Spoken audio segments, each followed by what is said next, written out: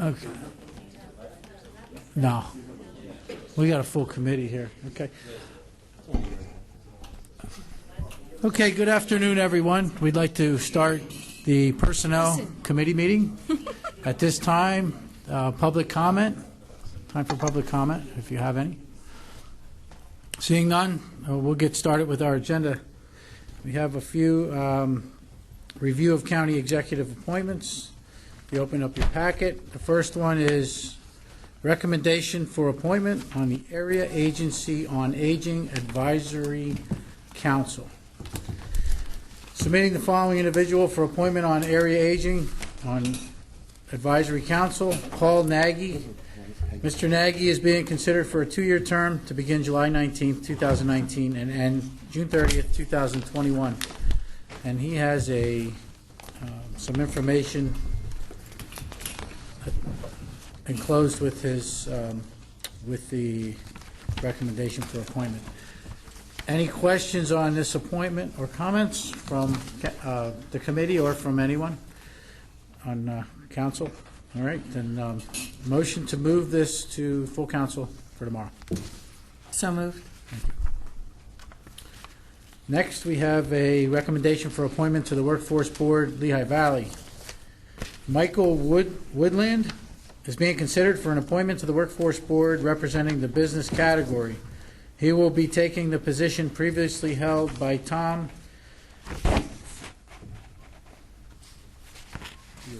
Fiorini. Mr. Woodland's term will run between July 19th, 2019 and June 30th, 2023. And he has a letter from Tony Alanelli from the Chamber attached, recommendation letter. And is there any questions or comments on that appointment? Okay. Motion is moved to full council. Second. Okay. Thank you.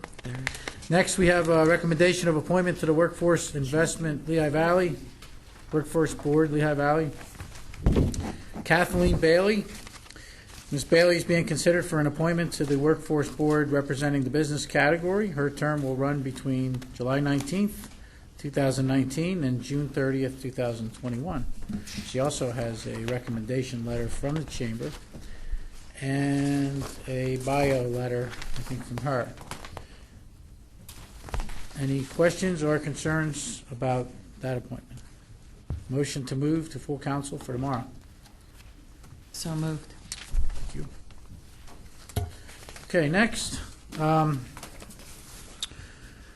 We have a personnel request from Human Resources. Please consider the following request to upgrade 1, Secretary 2, Graysdale Social Services and Nursing, full-time, CS 15 to 1, Nursing Administrative Assistant, full-time, CS 17. Upgrade former position classification, and a little bit of clarification on this. Secretary 2, Graysdale Social Services and Nursing, full-time, to the following position classification, Nursing Administrative Assistant, full-time. There's a salary change attached, and I see if you have anything to offer for us for this change. Like, is it the same person? It's an open position right now. Okay. So it hasn't been filled. We've been putting it out there to hire somebody, and it's very challenging. It is a very hard position. It is taking care of all the nursing department, being the secretary to the ADON and the 2 assistant director of nursing. So there's a lot encompassing. I had taken their secretary who was there. She came with me. Okay. So that position's been open, and she's doing double duty right now. And this is a better fit for that position to upgrade to the administrative. Absolutely. Okay. Gotcha. Great. Any other questions or comments? Thank you very much. Motion to move to full council for tomorrow. So moved. Thank you.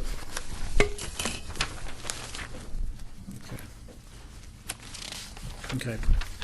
Next, I have, this next one is because of me. I put this out earlier in the year for council to create one deputy clerk council position when Christina was moving away from county council. And I know there was some concerns about monetary, how much it was, and maybe we should wait till budget time, and I understand all those things. We made some changes to it. If you turn, first of all, if you turn to the job description on the second page, I amended it. I didn't do a resolution yet, but I'm planning on doing that in the near future for the August meeting. I still want to give council time to take a look at it and think about it. But I've been working on this thing for about a year now. And with some of the things going on in the clerk's office, as far as, with Christine gone and just, I'm sure the new person is helpful, but, how many people are we going to train before we get to that person that, the council selects? And so I took out in absence of the clerk, the second paragraph we had, in the absence of the clerk to council, the deputy clerk to council shall direct all staff support services for county council.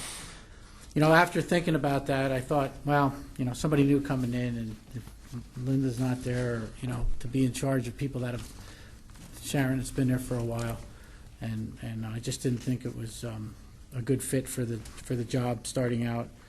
And I also took some other verbiage out. Under assumes additional responsibilities down at the bottom of the page, I took out about 2 paragraphs from the last description that we had. And one last thing, under the experience level, we went from 2 years to 1 year experience on supervising personnel. I'm trying to widen the application process, maybe get more people that are available, and somebody comes in with a little bit less experience but passes the litmus test on some of the educational things we're looking for. Maybe start them at, on the lower end of the pay scale, where somebody comes in with a lot more experience and, could be beneficial and hit the ground running, then kind of have that reflect their education and their experience level. So at this time, it's up for, and again, I brought it to council before. I know some people had to get their heads wrapped around it. I know there's probably still some questions, but there's a need for this. And I'll go start back from when I put it out the first time, to point out how important this department is. And, overall the last 11, 12 months I've been looking at this. I think it's very important to create a successful legacy plan for the department. And I think this helps include that. I mean, and there's nothing wrong with the temps that we get. They're great people, I'm sure. But you don't really, if you're looking for somebody, a successor plan, which I think we all know that we need one here. I think it's a way to strengthen our department and enhance its ability to serve council. We're all full-time doing something else, or, some of us, most of us are. And, we need that help, research, so. Human Services helped me redraft this position, and I'm looking for support from council for this position. I just think the longer we wait, the longer it's going to take to get somebody trained up to the speed that council needs them. And so if anybody has any comments or suggestions, please. Ms. Zorinsky. I just had a comment. I wanted to say that Janicia Clark, who has come in as Christine's replacement, has been very helpful. Oh, yeah. And I have a lot of respect for her, and that she has done an excellent job in filling that position. I know that I did talk to her, and she said that she understood that she was only temporary. Right. And that we would be getting somebody else. And I think that it is important to have a smooth transition I understand that, so I'll be looking forward to seeing who might fill these duties. But I definitely think that Janicia has done an excellent position, and I think that she should be thanked. Okay. Great.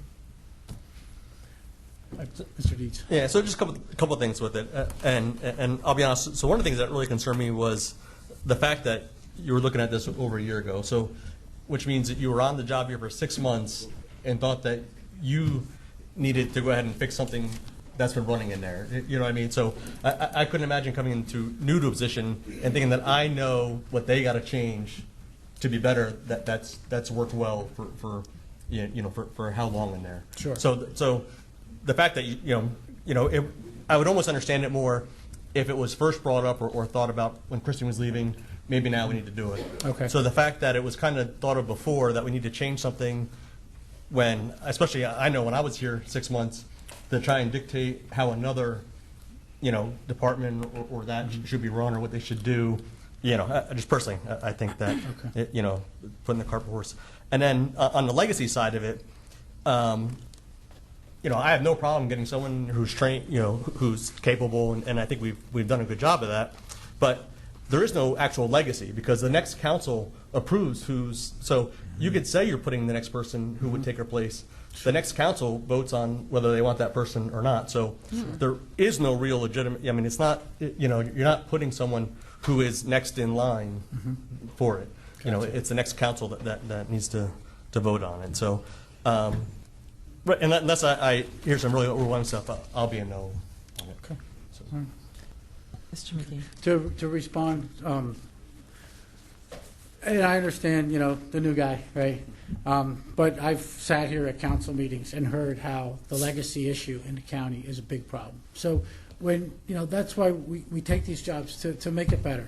And to, and the second thing is, and I understand, I understand the next council gets to retain or not retain or hire new, but it's been the same people here for how long now? So I'm just, and I've looked at the picture, and I know they're at will jobs, but I just don't think if somebody was here and they did a good job and they were hired, I just don't see council coming in and cleaning up. If you look at the history, it just really hasn't happened. At least the stuff that I've been looking into. I could be wrong. Yeah. So with that being the case, why do we need to change anything? And just run with two people? Well, no, bring a third in, the same as they have, but so we're, saying that it's been conduit and it's been running fine, right? But saying we have to change it because, I'm not really hearing the overwhelming reason of why we need to change how they do it now. I'm definitely not saying a third person. And Mr. Rinsky was correct. I'm assuming that the personnel, the temp hires doing a great job. Oh yeah, no, I agree. But you're at the mercy of the temporary people finding the people for you when you can actually have council look and get educated, qualified person if to I'm not mistaken, fulfill these positions. There's a temp. Instead It's of, because of all this is hanging over is why there's a temp versus bringing someone in. okay. Well, that's the case now because Christina left. When he gets Right, and because this is lingering over of changing it versus having them just go ahead and bring someone in to fill the spot Right. permanently. Right. Oh, I'm sorry. Go ahead. You're up. I had a comment and a question. I have a question about one piece of the verbiage on here, and I don't know if now would be the time to bring that up or elsewhere. But on the first, is it the first page where it says preparing to one day succeed the current clerk? I would change that. I would strike that and say potentially, because again, there's no guarantees of anything. But I think the spirit of the job is intended to not keep all the knowledge of the clerk position with one person. And so that's what this job would be doing, is sort of sharing and training and making sure people are cross-trained across the board. So in that spirit, I would support it, but I wouldn't, again, make it like a de facto, they leave, you're in kind of thing. So Sure. And that's another reason why and then I you took said- some of the language out of the original draft. And did you say on the second page, under assumes additional responsibilities, that you struck in the absence of the clerk, or you kept that? Well, we kept it down here only because, first say, the clerk's not available. Okay? This person, and this person would be able to run the meetings. So this person would be sitting out in the crowd tonight, okay, which doesn't happen right now. They would be out there knowing exactly what the clerk does with the recording and the computer guy and everything. So if, the bus syndrome, where you get, run over, just saying, if somebody's not there, somebody can pick up and run with it. Okay, that's the cross-training, but this person would be responsible, if you read this, to be out there or to be, able to take on those duties if something happens. And we don't have to scramble. I don't disagree with the concept. And again, I'm not looking at it as people that are in the positions. I'm thinking about if you took personalities out of it. But anytime you come into a new system, sometimes it's easier as the new person to see, well, gee, we had this here or there, and it's sort of missing here. And I know a lot of other places that I've been have people that have been legacy people, have been in for a long time, have done the job for 20, 30 years, and then they can't do it anymore, and nobody knows what's left to do. So whether they build a matrix, or they have a handbook, or they have actual training, I agree with the principle of it, so I would support it. But I would strike that phrase. That's all I have. Mr. Cusick. I think what you did with the job description is an improvement. I don't have any particular objection to it. My only thought is that right now, I believe that the budget information has gone out. So my suggestion would be that you talk to the council president and get it on the budget for next year. And then during the budget process, that we vote on this position at that time. Because I don't think it's necessary right now, and I think that if we do it through the budget process, I think I'd feel a little bit better if we proceeded that way. If this were an emergency and we needed to get somebody in there immediately to fill a position, maybe I could understand, but I think for me a better course of action would be to submit this as part of our budget for next year, and then go through the process, and then in December, when we go through all of the new positions or eliminations, that at that point we vote on it. Thank you. Thank you. Mr. Hackman. Yeah, I've spoken to you. You've talked to me about this over the past year, and I agree with what you've done with your changes, especially the supervision.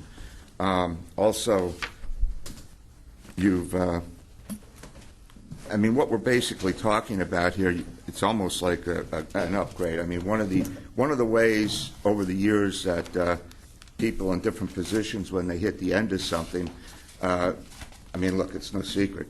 Administrations will say, okay, we're upgrading this position from this to this. This is their new duties. Basically, they're doing the same thing, but it's a way to jump them up 5–10% in pay, which, if we vote for it, we can't really fault anybody that does that. So that's an established practice in the county since it's existed, since home rule. I mean, we're not talking about a lot of money here. We also have 5 months left. The individual that's in now is manpower, so we're going to be paying through manpower. I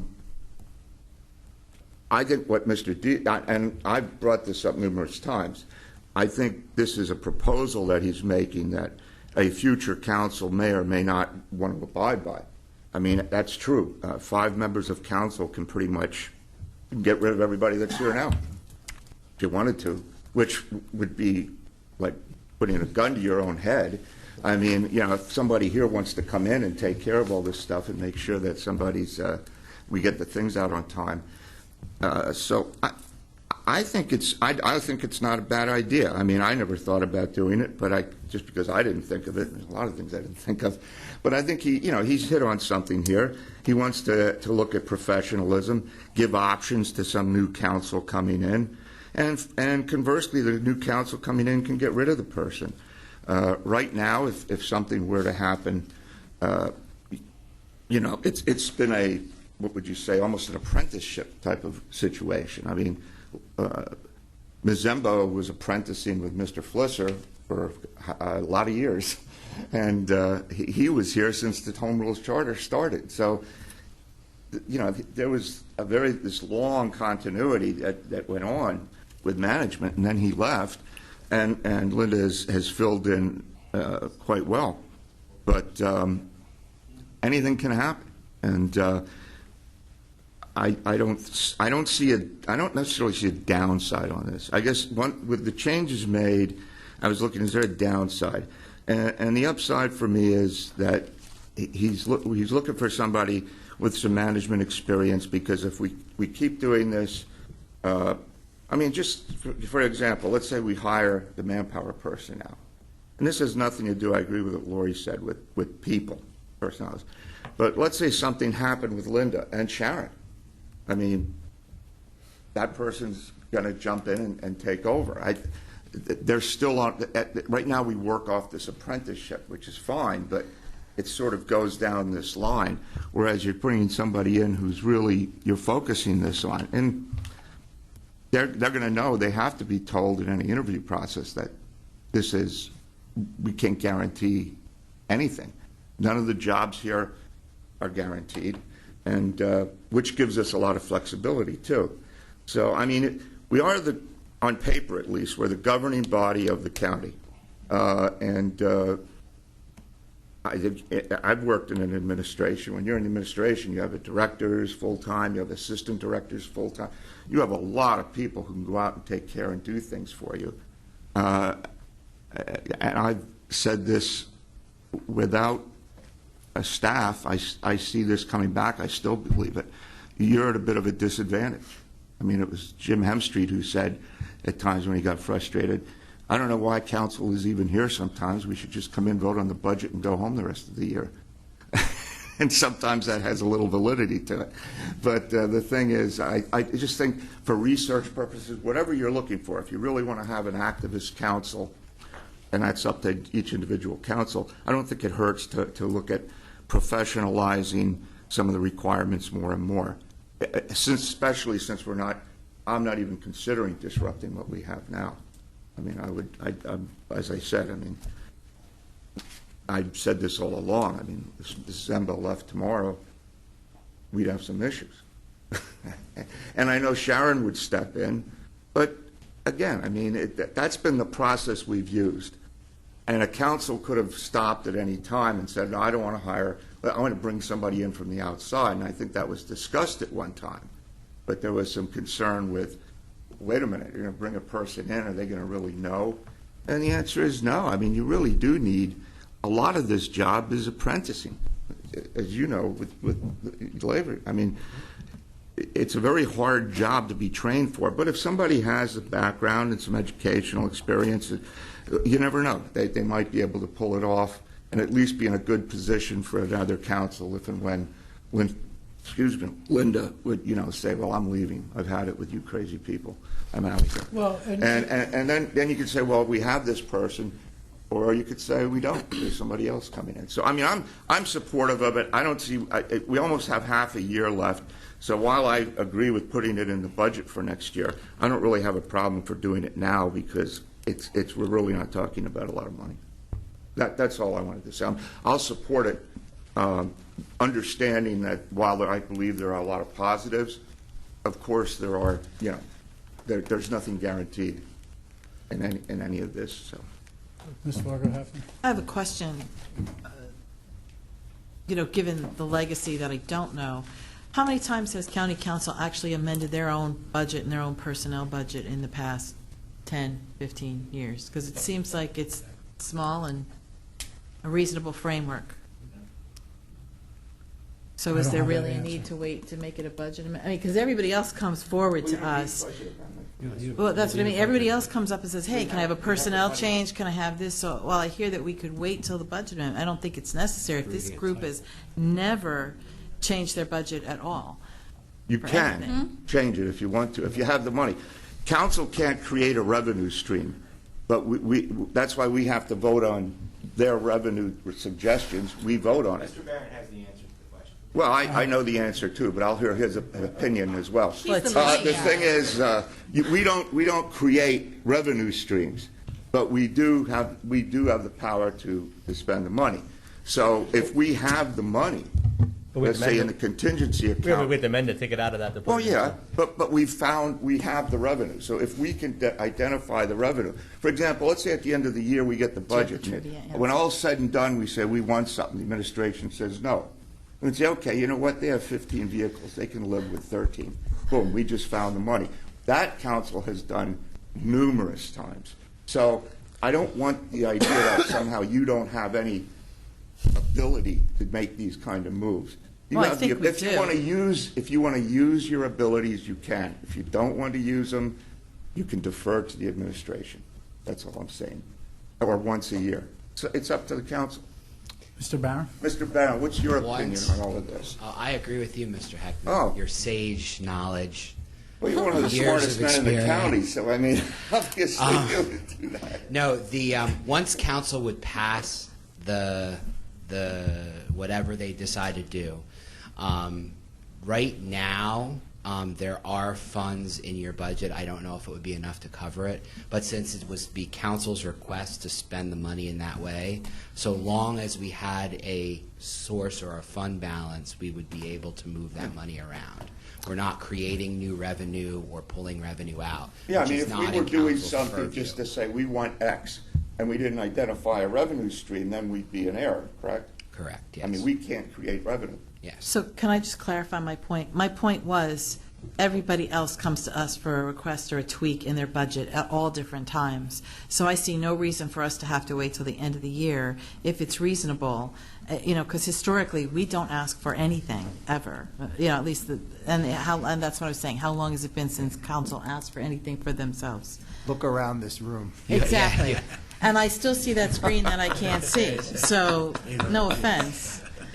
The way Not the like way- we should get gold if- chairs or anything. Like we did. We downgraded our chairs. Thank you. if- They work. if But council Thank if- you, they work. right. If council passed this position, the way we would handle it is there's money in your contingency fund to cover you until the November amendment. We would then do a budget amendment in November to accommodate the position. And then what would happen is the money would be, to reboost your contingency fund, just so we would have money in that particular line item of the budget, so we could charge it against something. That's how it would work mechanically.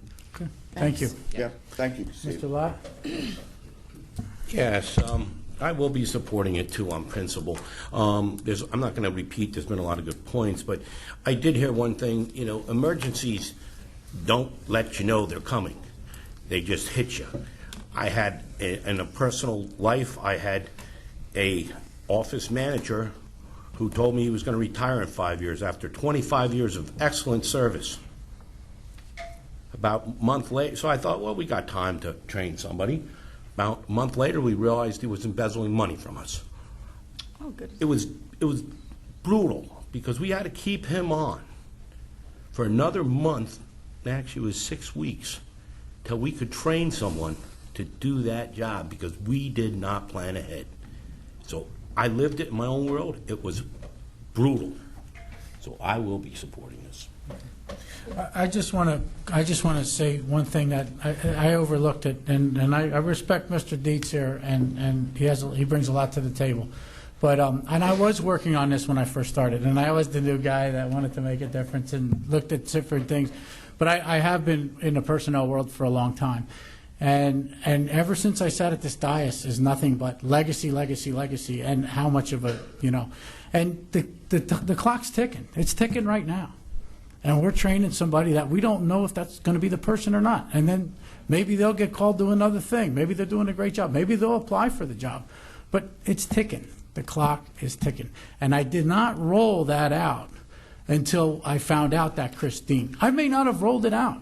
But once I found out Christine, that's when I did roll it out, though. Just, in my defense. Sure. Okay. And I respect your position, Matt. Okay.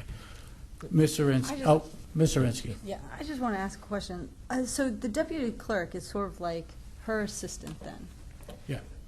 And how is that different now than what Sharon's role is? Because that person will be here at every meeting and be able to just take over any time So that why she isn't Sharon just here? Well, I mean, they set up the jobs all kinds of different ways. I looked at the best model out there. I looked at a bunch of different county models, all right? And the deputy model was a pretty good model to follow. So what other county did you look at this in? Well, I actually went to CCAP, and I had asked them for some stuff. Okay. Which counties have different deputies, or some of them have chief clerks and clerks. And okay, so I would say there was probably about 6 or 7 models. One of them was Lehigh, and I'll get you my Lehigh. notes, and I'll let you know that's the good. others. No, I'm just asking because I just want everything to be out in the open about what we're looking to do and how the process will be. Because I think that this is not unique for this office. I think there are a number of offices within Northampton County where there is one person who can fit that job description, and that there is no other deputy or legacy that can come up and take that job. And so that person never will get out of office because you have no one to replace them with. And I understand that. But there has to be some other way to make sure that the job legacy is documented. Like, what are the county employees, like the clerks in the office, doing in terms of their position every day? Do you know what I mean? Like, And I'm I not had- talking about yeah. like what are your everyday tasks? I had asked that to Linda and Sharon. And did you get a response? Oh, yeah. Okay. Yeah, and my thing was cross-training, too, is Okay. important. But for her not to be here at any given time, I mean, for all the things that you have to do. And it's good to have somebody do that, you know, like have them test it. Do it once every quarter. Run a meeting. Because it's just like driving a car. You know, you don't know how to get there until you're the one driving. If you're the passenger, Sure. you don't always know the way or the way home. I guess I'm just thinking out loud because I saw Sharon at some of these meetings taking notes. So is that the progression? I saw Christine at one of the meetings, Yes. and I saw Sharon at one of the meetings. Okay, but you want this person to be that person who's at every meeting and either out there. Well, they'll understand council more, and they'll understand what's going on, Okay. and they'll be in real time as far as the issues that come up. And Lehigh County is organized like this. Yes. And what, it's not really that big of a tweak, I don't believe, Bill. I mean, is it? Are we changing the position that much? I mean, I think that's what Tara's getting at. What Yeah. is the change? Well, it's a difference from, I guess, Christine's job, and it's more of a cross-train between what Christine does and what Sharon does and what Linda does. Yes. And, My understanding is we're taking a half step toward Linda's, a little more Yes, toward. right, Half step. right, Yeah. yeah. So if you brought someone in, sorry. But educational levels and things like that, you know, is important. Oh, and I would think. I agree. You know, I have no problem saying that to fill the third position there, just in general, they should have this education in there that we look for or whatever. But I think maybe we're underselling Sharon. I think that she couldn't step in here. Great. I think the fact that she does paperwork in there all week long, she's very up on all the topics that we're talking about. Sure. And maybe the first couple of days or whatever it is, you know, that she's in Linda's position, you know, fortunately, you have people like Kathleen and Mr. Kusick over there who correct me and all of us on the proper procedure. You know what I mean? So I wouldn't say that correct. we bring someone in that they're going to be perfect for it, you know. Right. So I wouldn't have a problem if it wasn't necessarily, and it's not just because of Sharon, it's just that we're going to put someone in to, you know, step above someone who's already here anyway. That's why I amended some of this stuff. Right. And, you know, it's dialogue. I put it out there. I wanted the feedback.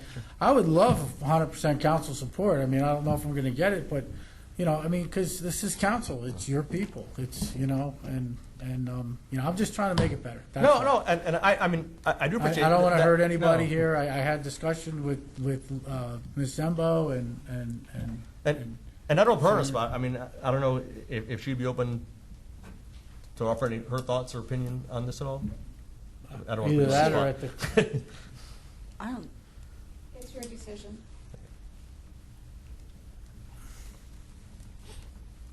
Well, you can have a candid conversation yeah, with her privately or whatever if you want as well, and, see what her Bill, thoughts can I- are, unless you want to. Mr. Hackman. Yeah, that's one of the things, I mean, everything we do, That's- which is right and just, is in the public. I mean, we can't have a meeting in the back and talk about personnel issues.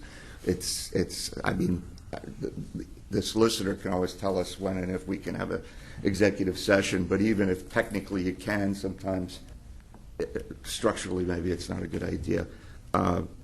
Thank you about the Book of Heckman. I'm going to make sure in the new edition that gets put in. I call it the... Will we all get copies? No, the Book of Bluster.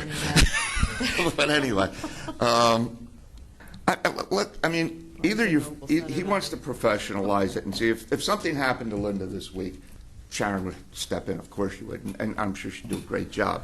It's as you go down the road. Does the council want to give itself options, or does it want to do, as I said, I mean, I thought council went through, it was a difficult thing. I mean, fortunately, Linda had been here a long time.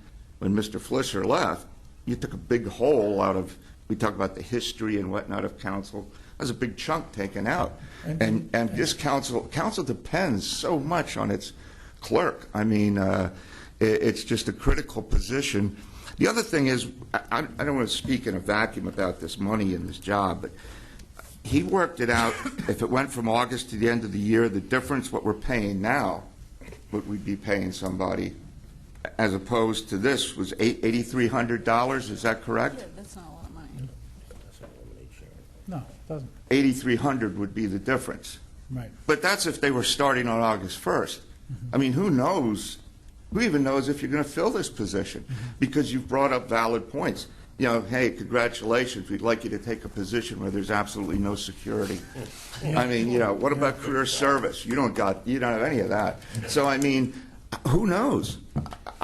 Frankly, I would think you'd be fortunate, and you may say, you know, we're not getting the caliber of person you had intended. So you might, if you're lucky, you might get it filled by November. I don't know. I mean, or September. So I don't think you're going to see it even be 8,300 if you find somebody, because I'd be surprised if it's much over $4,000 till it's all said and done. I mean, this is just the beginning of a process. But that's the only point I want to make when it comes to money. And I know that is an issue we have to wrestle with all the time. I think the rest of it is just philosophical and how you feel. I mean, Bill came to me early on, and we talked about it, and I said, maybe you should wait a little bit. And we're not letting any secrets out. We had a discussion about it. I said some of the things I thought I didn't care for in it, some of the things I thought. Sure. But at the end of the day, he's making a proposition. So Mr. there we go. Warner? I just tell you, it's a little uncomfortable talking about position when the person's sitting here and we're discussing it. Sure. Really, there's no plan for how you transition this program, correct? A plan that I'm proposing? Yes. Well, that would be to approve it in August, and then, No, yeah, but do you have something in place to say, okay, once this is done, this is how we're going to do it? well, I'm putting a resolution together from now until Okay, so August. that's still in, So that's I would fluid. think there'd be an interview process. That's fluid. That's still in process. Yeah, I would Okay. think there'd be an interview process, and we'd have to So, Mike, I guess interview them. what I also believe that, you know, this is political. Something it's scorched earth. Somebody can come in and change anything they want at any given time, Right. as we know. It has happened. Right. Okay, so if you have a plan and you're not quite, it's not quite there yet. Well, it's pretty close to it. Yeah, but it's not there yet. Well, Okay. no, the resolution's not done yet. Okay. Do you want to hold off on this? We have time. And rather than trying to present something to the budget and then wait for next year, you know, you have time to review this and go back and sharpen it up. I mean, to your point, and I appreciate your comment, but I just think the clock's ticking. And, you know, they're training somebody now that we don't even know. And, you know, how many people are they going to have to train, you know, until we find a permanent replacement? I guess is my argument, the reason why I rolled it out initially. Okay, no, and I Well, respect, it's I probably a good respect your, time with Christina leaving. I respect the idea that you have. What I'm Right. saying is implementation of a program that's going to, even if it incurs $8,000 more, still needs to be Right. done. It's for the budget. so. And in my mind, it's an interview period until they find the right person, and then they'll start. That's pretty much it. That's the plan. Well, that process to me, I'm not exactly clear on it, Okay? and so I'm not exactly sure. Similar to the other departments, how the other departments hire people. They bring it to council, they say, here, this is what we need, please approve it, and then they do an interview process. And I'm sure Ms. Kelly could probably explain that to us. So they would be interviewing? I think council would be interviewing, Well, because their department heads interview for their jobs. take Tara's So- question. I just have a question about what's the timeline on this? Because we keep talking about this like it's a contingent position. So if we hired this person, let's just say before the budget came out, like in November, okay? Just hypothetically, would the new council that gets elected in 2019 be able to say, we don't really want this person? There's always Is that that how possibility. contingent it is? There's always a Yes. possibility. Yeah, because there's 5 people.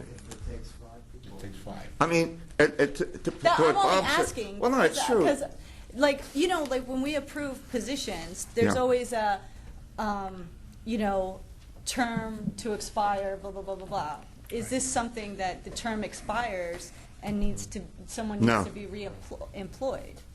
And the big thing council, if I may, the big thing council will change is who the sitting secretary, you know what I mean? Not necessarily who's in the back. I mean, you could, but I mean, So if we hire That's- somebody in November, typically they would stay. Is that what that's what I'm trying to yeah, get at? but so the Are next. you asking me that or Matt? Anybody. Okay, Really, I just want Ms. an Kelly, answer. can you answer that question for Well- Tara? At any given time, 5 members of Mr. council can get rid of anybody at any time, including the lawyer. Ms. Zembo could be gone at our August 1st meeting. There is no structure. Mr. Warner spoke about the structure. The structure is whatever 5 members of council want to do, they can do. If you want some permanent structuring, you have to amend the charter. Because Oh, yeah, I got I don't know any other way you could literally say, here's how we're going to have it, and once you hire them, 5 council cannot.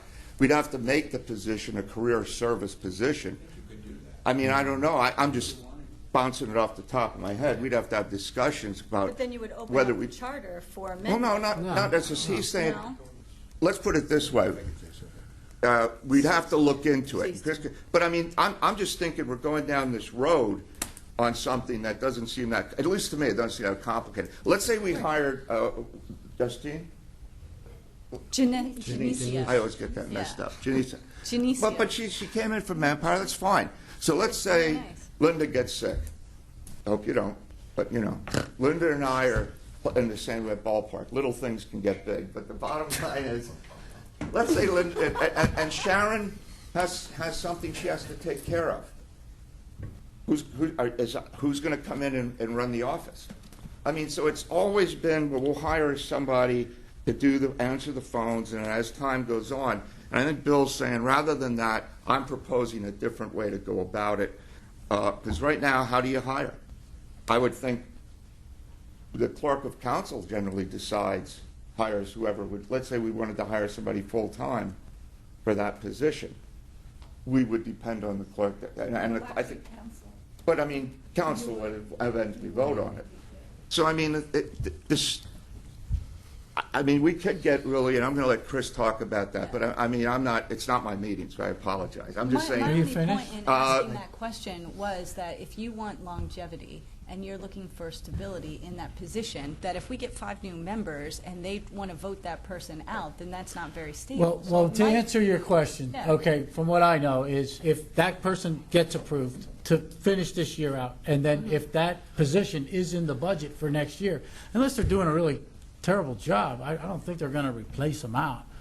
I haven't seen it. It's not happened in the past. I mean, they didn't replace Linda or Sharon in the past. So, Yeah, I'm not against know, this. I'm just right, trying to think right. the whole thing. But, and nothing against the new person, but, I mean, your manpower's picking your people right now. We could be I picking know, our I people. would rather pick the person So. than have But manpower. back to Mr. Warner, because he did have the floor. Were you finished? Yes. Okay. Mr. Just Kusis. one quick point.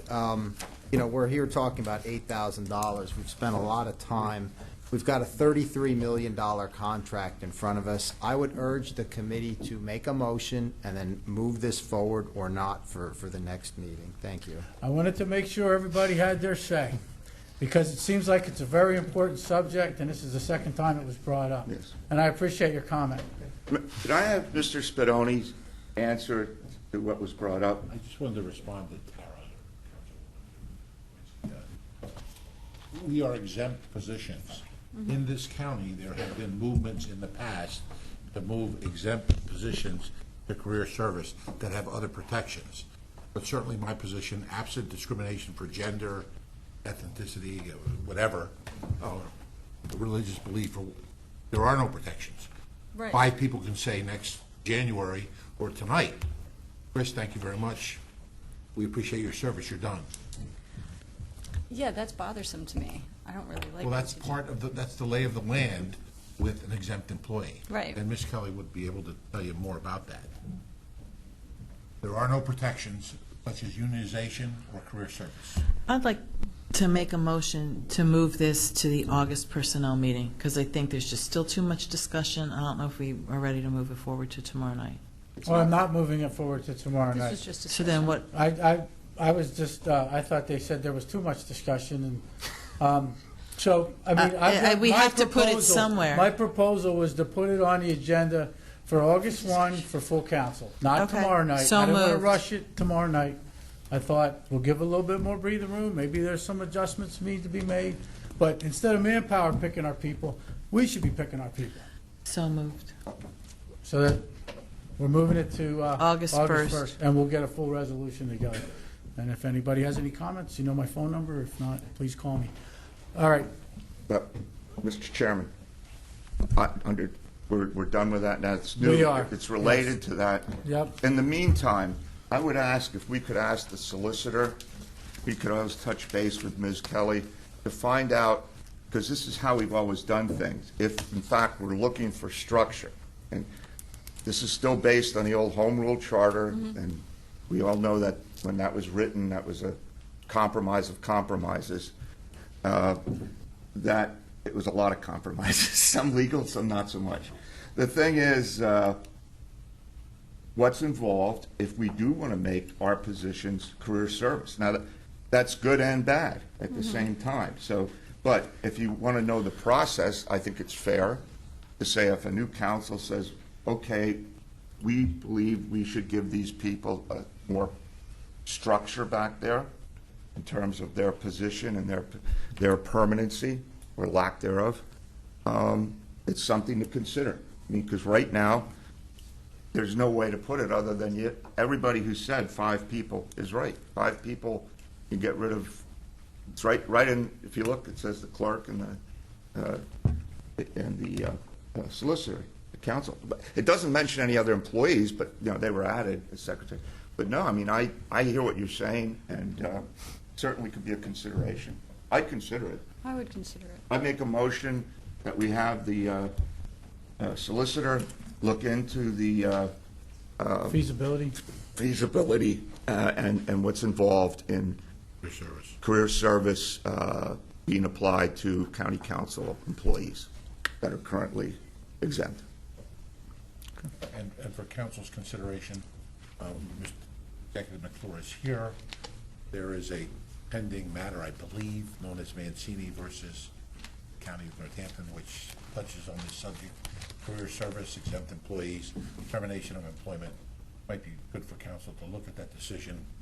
But it Can you helps send that out to all of us? I'll circulate it to you from the federal court. Thank you. Anything else for the good of the order of business? If not, we are going to adjourn Personnel Committee meeting. Thank you for all your input and comments. Under an hour. Over and out. Right? Under an hour. Oh. Okay, the finance committee will commence immediately now. First of all, courtesy of the floor, anyone for discussions? Seeing no one, let's start with the discussion regarding the Sullivan Trail lease. This was introduced by Lori Vargo-Hefner and Margaret Ferraro on July 3rd. Any questions or concerns, like to move this forward? Lori, you have any questions or anything you want to talk about? No, I think. Just one quick one. How did we decide on this location?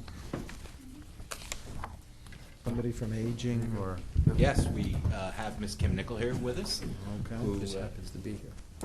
is the person who is in charge of this, and I will just say, and she can more clearly elaborate on the problem we had.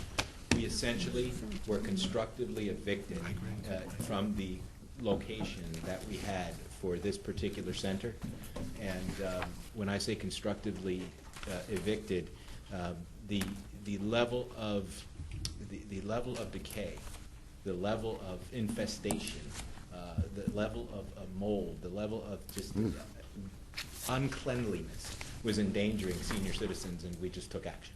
But I think Kim can talk about that a little bit. Introduce yourself. Sorry, Kim Nickel, Senior Center Services Director. Not sure what all information you want. I took this position about 16 months ago, and this was the first thing I said to the director is, can I attack getting this center moved, because I started as a senior center manager a long time ago, so I knew this center from the beginning when they first moved there. The landlord never wanted to respond and get things fixed or anything, so long story short, we just started looking anywhere online, anything we could see. DCED had sent me some places that were up for rent as well. Just got out there, went to places, tried to find somewhere, anywhere, and this seemed to be the only place that we actually seemed like it would fit, where it would work with what we were looking for, that with the amount of space, and that a landlord that actually seems like he takes care of his locations as opposed to where we are now. I'm sure you have it here. It's a very big center, so it's hard to find a location for 8,000 square feet to move. And you feel you have room to grow if you need, if you get more? We have a lot of room to grow. The landlord that would be at this new location is willing to let us use the facility 24/7, 365 days a year, no additional costs. I mean, right now, currently, the location where we are, that we were, as he said, can no longer use, I mean, they have no air conditioning, they have no nothing, so everybody is displaced, and some are going to other centers, but some just. It was a senior center with no air conditioning? No air conditioning. Yeah, how does that work 3 out? units there, but none of them work, they won't even respond. Fans? And that's one of the better conditions of the location, yes. Wow. Yeah, it's been a journey, and it's been a struggle. Very good. So. Questions? I think we'll move this forward. I'll second that. Okay, thank you very much, Kim. Thank you. No problem there. You had Mr. Kusick at air conditioning. Absolutely. As soon as you say it was hot. Okay, I believe at the request of the county executive, I was asked to place this on the finance committee regarding the Fresh Start Program grant, correct? Yes, sir. Any, would you like to speak on this?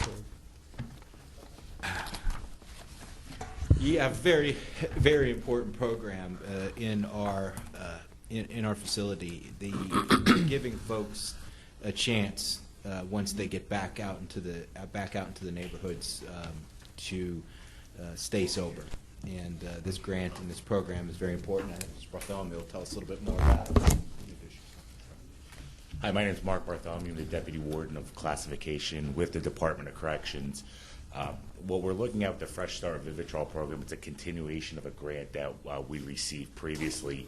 The grant was transferred from the Pennsylvania Department of Corrections to PCCD, so there was a slight delay and gap in funding.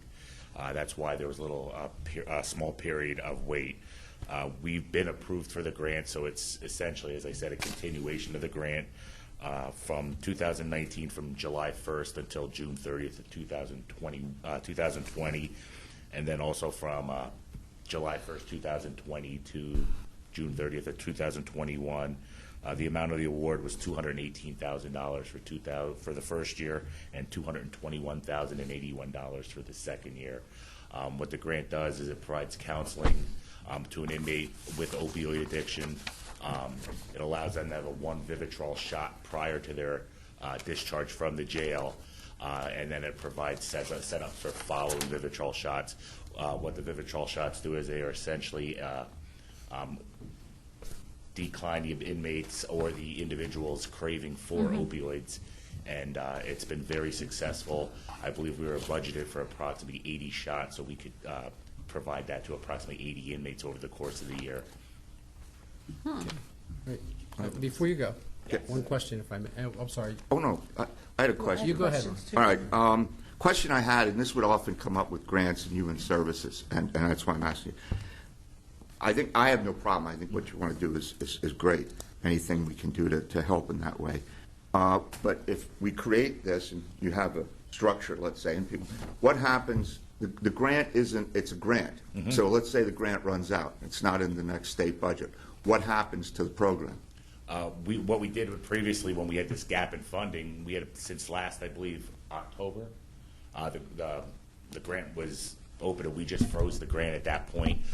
There's no beginning and end to really the Vivitrol shots because we're giving it, and the inmates being released. They must be within approximately 6 weeks of release. So it could be something that we could pick up, but there are in the grant. I really don't know the answer to that. What would happen if? So we're funded. We're funded through June 30th of 2021. Okay, and at that point, if in fact it's not put in, or either in permanency or another grant is extended, then it would be up to the county to decide if they want to pick it up or not. Program, correct. All right. I just want to be clear on that because I know we ran into that with human services all the time. And you'd create a program and you'd even hire people sometimes, and then the grant would go away. And the positions that are currently available in this grant are funded through the grant, so it wouldn't be a county employee. It wouldn't be no addition to the county. It's a contract. Oh, it's a contract position. Okay. All right. Thank you. That answered a lot right there. One question for the gentleman. How long do those shots last, the guys? It's about one per month. People. One per month. They receive. So they'll get one when they'll get. The goal is to have one, a maximum of 2 prior to their discharge from the jail. But we're always looking at about 6 weeks out. There's an educational component of it. Of course, the medical provider also intervenes to make sure there's no interactions, things like that. But it's a general successful program with people who are addicted to opiates, and we try to give one at the most. It would be 2 prior shots, but through the counseling and the contracted counseling services, they will make available and set the individual up to continue with those shots, who then wind up being funded by medical assistance, not by the grant, once they are discharged. Great. Is Vargo Hefner. Thanks. I wanted to talk just about the mechanics of it. So who's actually doing the shot? Who's actually doing the counseling? And is all that done prior to their exit from the? Yes, they are. Before they can even take the shot, they are providing case management, educational component. We just agreed to a provider who will be taking over those services, and the shot is actually then provided by an RN or a medical provider from our vendor within the Department of Corrections. So right now, the shot would be given by the physician or the nurse practitioner from Prime Care? At the jail, correct. And then who's the provider that's doing the case management, and then the? It's the acronym's MARS. If someone can give me a hand here with what? I know who MARS is. Oh, the Mid-Atlantic. Mid-Atlantic, yes. Yeah. Will be the counseling. So they come on site and do the service and then set them up on-site. wherever they are to go? Correct. It's on the agenda. Mid-Atlantic Rehab Oh, Services. it's the next one down. Sorry. Sorry.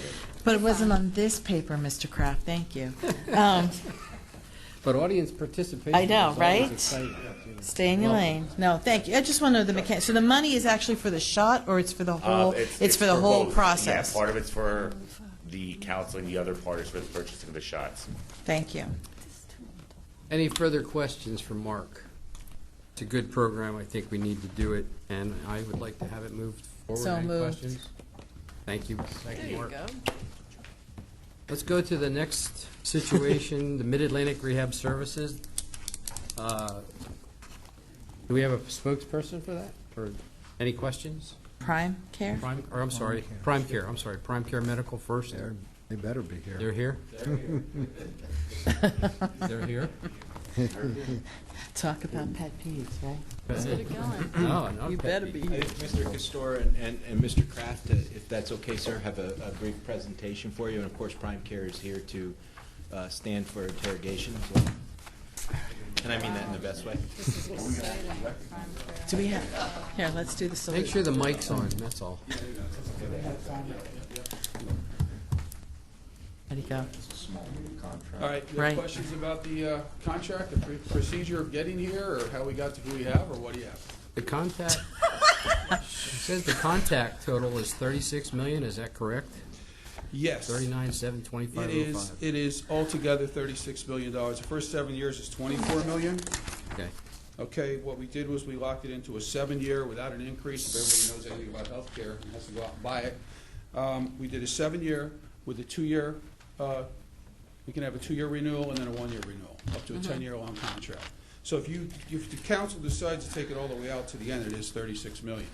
If in the 7th year you decide to go out to bid again, you know, It's 20, it's 24. 20, it's 24. 24 million, okay.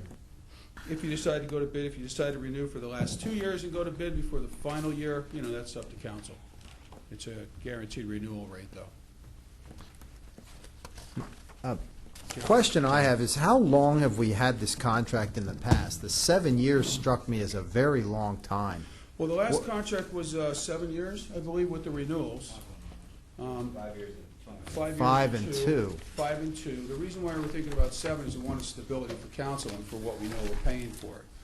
You know, being in the position I was in for years, and Mr. Lott was in, and Mr. McGee was in, and everybody else had to buy health care every year, you know what the increases are every year. So we can stabilize our prison health care costs, we can stabilize our budget going on for many years in the future without having to look every year coming to council for more money for increases for health care. So that's why we put it out for 7, 2, and 1 to get up to 10 years. You know, the 7 being locked is basically what we had the last time, 7. So that's where the starting was. I'll just say then the downside is you don't have the opportunity to put it out for bid for 7 years. So there's positives and negatives, and We have the I understand. opportunity to get out of any contract in 30 days' notice anytime we want. Well, theoretically, As but you know. That's in the contract. I wouldn't recommend that. Okay, further questions? I do have, but go ahead, Uh, Ron. Go ahead, Ron. Two. One is, in doing this, I know what they've been here 20 years or something like that, give or take. 19. Yeah. I mean, when we're doing this, and I see what you're doing, that's fine. Have you looked at other companies before you brought this? Like, is there anybody else out there that we've ever considered? We went out to an RFP. 'Cause I don't know. We had 15 people look at it. We Oh. had our, I don't know how many showed up in the conference with their mandatory pre-bid. We filled up the whole conference room. And out of that, we got 5 people to bid. Okay. But before the bids came out, we had just about 300 questions on the RFP. Yeah. From, you don't know who the questions are coming from. But I think we answered questions, 50 a day, forever? Yeah. And then after that, then the bid, was publicly open. Yeah, I mean, We had 5 sometimes, people, and Prime Care just happened to be low on the RFP, and we recommended Prime Care because the second person that was low, 400,000 more a year or whatever it is from, what state are they from? Alabama. Alabama. And they have nobody here. Prime Care is from Pennsylvania, so. yeah, I mean, there's something to be said for the continuity. I mean, I understand. The other question was, how has it been going? I mean, are we having, everybody's copacetic over there with the care they're getting? I mean, you're never going to have people saying, I love my care. But have we had any issues that jump out at us that we've had to talk to Prime Care about? Well, when we came out to do this bid, one of the things we did was we increased the mental health hours that we had because that seems to be a thing now that they decided to close the state hospitals. We see we got a lot of mental health people. We also increased the medical physician on site by 8 hours more. So we felt that hopefully by having more psychological help and review, we may get people treated the way they should be sooner, and not just, not that they aren't being treated now, but we keep getting more and more, so. Thank you, gentlemen. I have no further questions. Lori? I had a question, and it's online with that. Did you make any major changes from the services from the last contract to this one? So you just added that, but were there any gaps in service that occurred between the last contract and this one that you addressed? Gaps? For example, my limited time on the jail advisory board, like when there's transport services, that's a separate entity? Are they only providing all in-house services to all inmates? Or if there's somebody that needs to go to the hospital and it was transport addressed, or they're not assuming any of that, is that still separate services? If someone's in their care in the jail that needs to be transported out to a hospital, are they responsible for that? Did they pick that up in this contract, or are we still doing a separate contract for that? What happens is, if somebody goes into jail, from the jail to a hospital, we used to have it $15,000 was the maximum they would pay out that they're responsible for. We increased that in this contract to $60,000 because healthcare is going up all the time, as everybody knows, and the little incremental difference it was from 15 to 60 is paid for by. Or 15 to 30, I'm sorry. I like it to be 60. God. Oh. They were sweating back You didn't there. get 60. It's like 2 patients, that go over, that could be there, so. Like, to me, that's just a gap, because then somebody has to go to the hospital. It's like, oh, well, who gets them, who takes them, what do they do? Who's Well, responsible we for take them it. on We can talk transport? about transporting. How do we transport them? We actually transport them. We're the first responders. We have to transport them to the hospital. It's usually the call of the medical staff. So we do transport them to the hospital, and that's where the coverage then, they work on the coverage in the 30,000 limit that we're looking for to boost up right now. So that's for their care, and then we handle that through the transports, our personnel, our security, medical staff, meaning medical makes a call, and the ambulance that comes in. So we all work together. So then how many staff actually are we talking about on site at different times, ballpark? It's all in the proposal. I don't remember the numbers, but they have a minimum staffing level for each shift. And Right. it's all, I don't have all those. And are there case managers too, or mostly just nurse practitioners that do the care? I forget. Because I meant the women that provide most of the care. I mean, if you want to. Well, the contract can answer that for the Sure. staffing levels and everything else. If anybody has any other questions for us in the contracting process and what we went through to get here. Well, we appreciate your work. Yeah. Thank you. For you or anything. So, nothing? Adjourn. Okay, so Prime Care is here, Todd Haskins is here.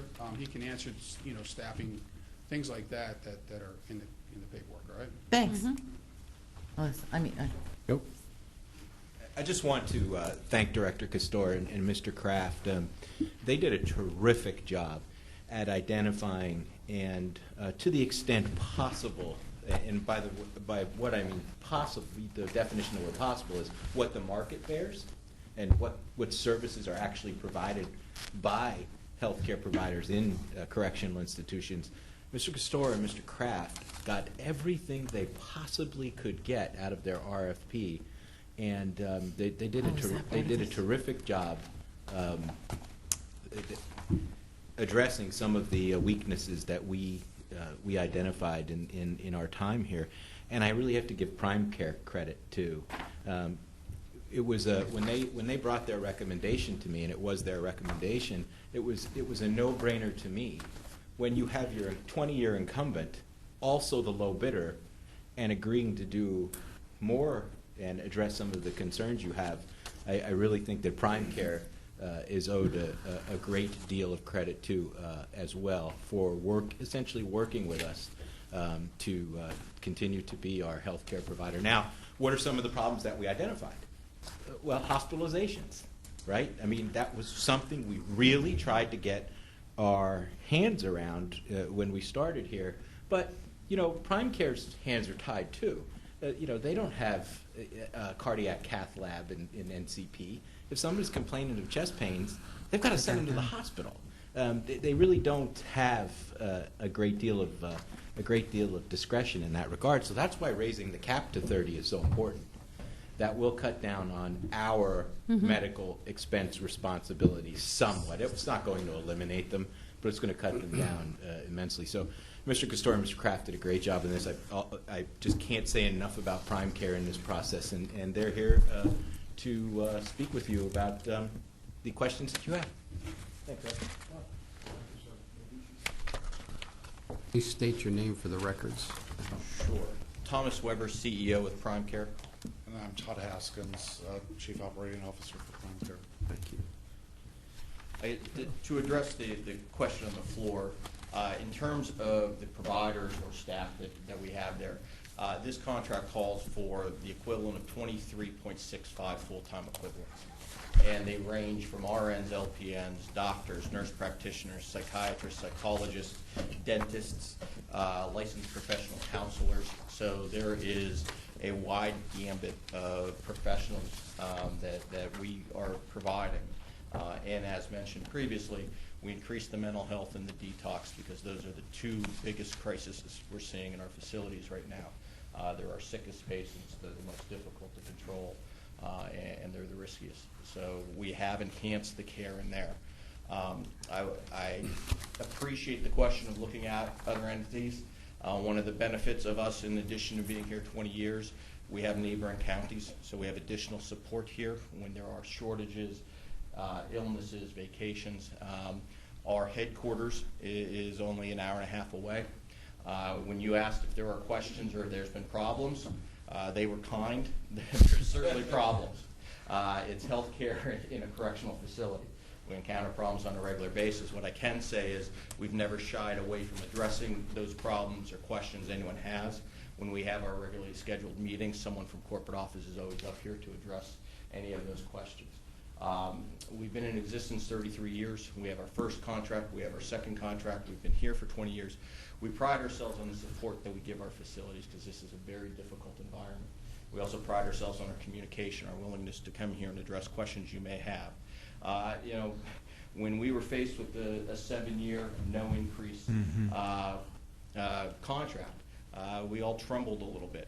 There is a lot of risk that we're assuming under this contract, but it is a county that we hold very dear to us. We've enjoyed working with the county and appreciate the opportunity to do so for at least another 7 years and hopefully 10 and for many more after that. By way of history, Mr. Haskins was employed at that facility when Prime Care first came in. He was the on-site manager. Now he's the COO and one of the owners of the company. So we pride ourselves on longevity and commitment to providing our counties with the best care possible, but we do encounter problems. Questions? It's true. Could you just I was reading here, but summarize or outline like what changes you made besides just the additional hours and staffing for the mental illness? Over the years? Or like in this contract? I think the biggest thing that we had changed actually prior to even this contract is we had added additional LPC to the contract, and we also have a psychologist there too. The other thing that we have in this area is one of our mental health regional managers, and she actually lives in Northampton County also, who provides assistance to them. The last thing that we added was, even before this contract, we had added a psychiatric nurse practitioner into this facility to be here more often, see more people, et cetera, for that. So that was actually done before this came out. Right, and then and the other thing is, so one of the CCAP's things that they were addressing on is the Stepping Up program and mental illness. You know, obviously, sure, the whole state, everyone's seeing it, and of course, a lot of the program they're really working on is data-driven process. So, do you guys have any problem sharing information? Obviously, excluding names and but putting data together so that we can work on programs within the county to help address it as well and reach out. We have worked with at least 6 to 10 clients going through their Stepping Up process, de-identifying the information so that you can utilize it to get the information data-driven that Stepping Up is looking for.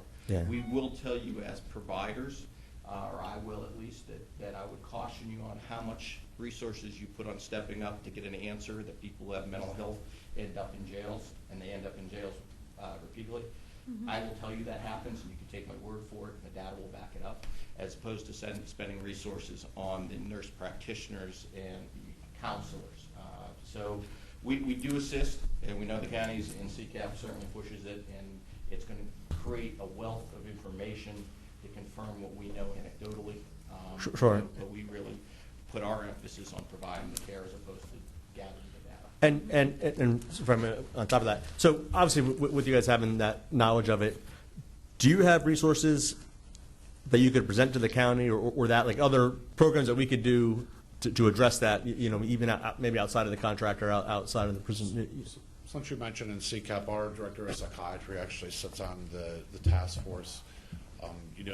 Berks County was recognized as an innovator county with stepping up. So a lot of the information that Berks needed actually came from Prime Care and our team that we have over there, and Berks was one of our first contracts that we've had as a company. But regarding the care, regarding CCAP, regarding the information, as Tom said, what we really have strived to do is look at best practices. Every county is tending to do certain different things. For example, your neighboring county, a lot of counties are modeling a MISA team where they meet quite frequently to divert individuals from coming into the jail, but also individuals who are seriously mentally ill. What can we do with them when they get out so they don't come back? So we are on several different tasks or committees, subcommittees in most of our counties to prevent suicide, prevent recidivism, prevent SMIs from coming in the first place. So there are a lot of different programs that we're in. Yeah. So I just may ask, and you may very well be doing this, if you could present to the administration and any of that outside information. Yeah. I realize it may be outside of the specific contract, but. No, what we do as far as a company, from trends and doing trend analysis of different issues that are going on. We focus on Vivitrol, but the opioid epidemic seems to be wavering, and now we're going into a methamphetamine thing. So we push out new protocols to the facilities. As Tom mentioned, we meet at a minimum on a quarterly basis with the team sitting in the back row there. And we do bring up best practices that we're seeing in other locations, Suboxone, Subutex, Vivitrol, different mental health programs, et cetera. Okay, I appreciate it. Thank you. As Tom mentioned, we have a director of psychiatry who assists with CCAP. That was a position we created 3 years ago, recognizing the mental health crisis. If we were having this meeting next year, we'd be talking about how we've sent our practitioners around the country for the detox MAP programs. That is the hot issue right now, and it's running almost neck and neck with the mental health crisis. And we're being very aggressive. We've worked with grants in other states to start MAT programs within the facilities because the philosophy is changing. You may have seen the directive from the DOC that they are mandating MAT in the DOC facilities and suggesting to the counties that you should do so as well. Of course, that suggestion didn't come with, and here is the funding for that. Never does. But the governor's created a task force, and actually in 2 weeks, they've asked us to come and present to their task force some of the things that we're doing on a county level, because by the time you get to a DOC, you have been detoxed. You're under treatment. It's the individuals who come in off the street that pose the real serious risk. Thank you. Ron? Lori? I was going to ask, but I think you cover pharmacy in here as well, correct? We do. And, well, I guess I don't even know how to say this, so I'll just be, how do you keep up with all the trends? It sounds like you do from what you're just saying, but like I noticed in my time on the advisory board, there are people coming in with a lot more chronic illness because they are chronically mentally ill, so they have chronic physical illness. So how do you handle that as a company? And then also with all the changes like in drug and alcohol and the mandates and this and that, how do you adjust for that as a group? Because I know it's a difficulty for everyone. Yeah, we're busy. So as Tom mentioned, we are in 5 states. We do have certain tools and toys that we've developed over the 33 years. One of them is our electronic health record. So when we adopt a change, we can adopt it system-wide and hit all 5 states that we work out of. The second piece is issues that we're seeing. We saw, for example, in a county in the western part of the state, And in West Virginia, we saw an increased incidence of people who are high, really, really super high on methamphetamines. So we'll start looking at different programs that we can do, number one, to deal with them in the acute phase, but also deal with them in the detox phase. We review the system. We know who's going out, why they're going out, and if there's trends, we put in process studies to make changes. And we can do that, and we can implement it actually very quickly through the electronic health record. The only other question I had is, how do you identify incidents? Or, because when I was on the advisory board, and I know those guys are cringing back there, but I kept asking the same question every month, and it was specifically limited to psychiatry. So it might have a number of clients served psychiatrically, but it didn't break out how. Was that a single person going 4 times? Was it 600 people? So is there a better way to account for who's getting what so that you could track the effectiveness of the services? We have that. We approximately 3, maybe 4 years ago, when the Disability Rights Network sued the Department of Corrections, Prime Care implemented a program at that time based off of the settlement that the Department of Corrections entered into with the Disability Rights Network. And what we did is we implemented essentially their entire settlement within the Pennsylvania counties to prevent the Pennsylvania counties from being the next litigant, or whatever the term is. It's not Tuesdays, so you're not playing lawyer. I do play a lawyer on Tuesdays. But anyways, so we did do that. And part of that, what we couldn't do, we could not rapidly identify across our system varying degrees of mental illness in our system. So what we adopted is we adopted the same exact definition that the DOC did. So when there's a comparison now between the Department of Corrections and Pennsylvania counties, we have apples to apples comparison, and we can see exactly what it is.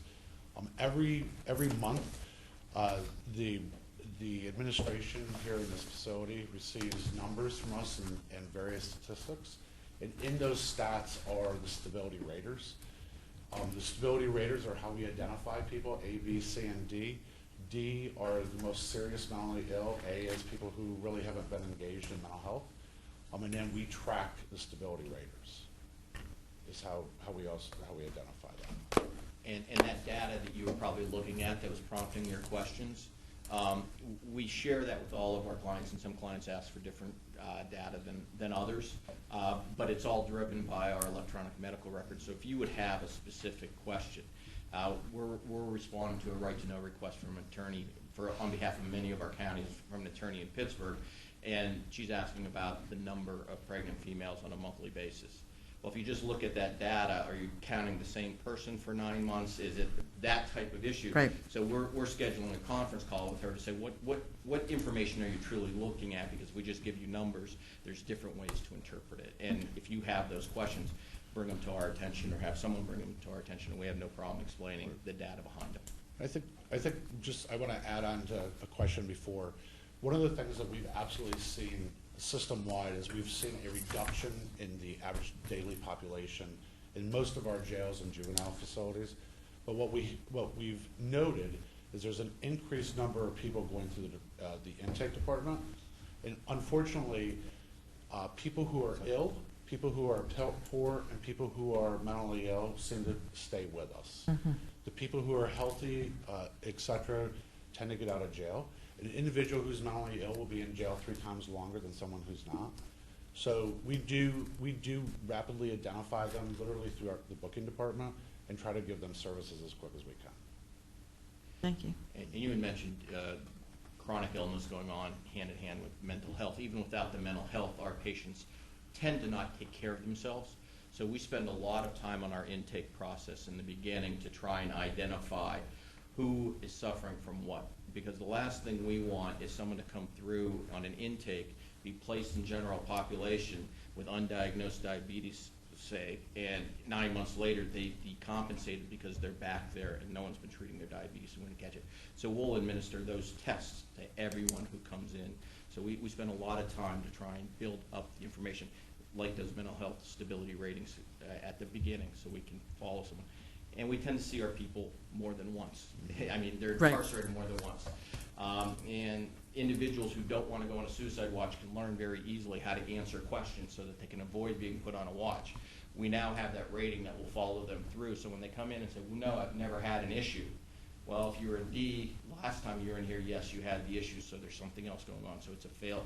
It's one of those safety nets that we try and install to try and catch as many problem incidences as we can.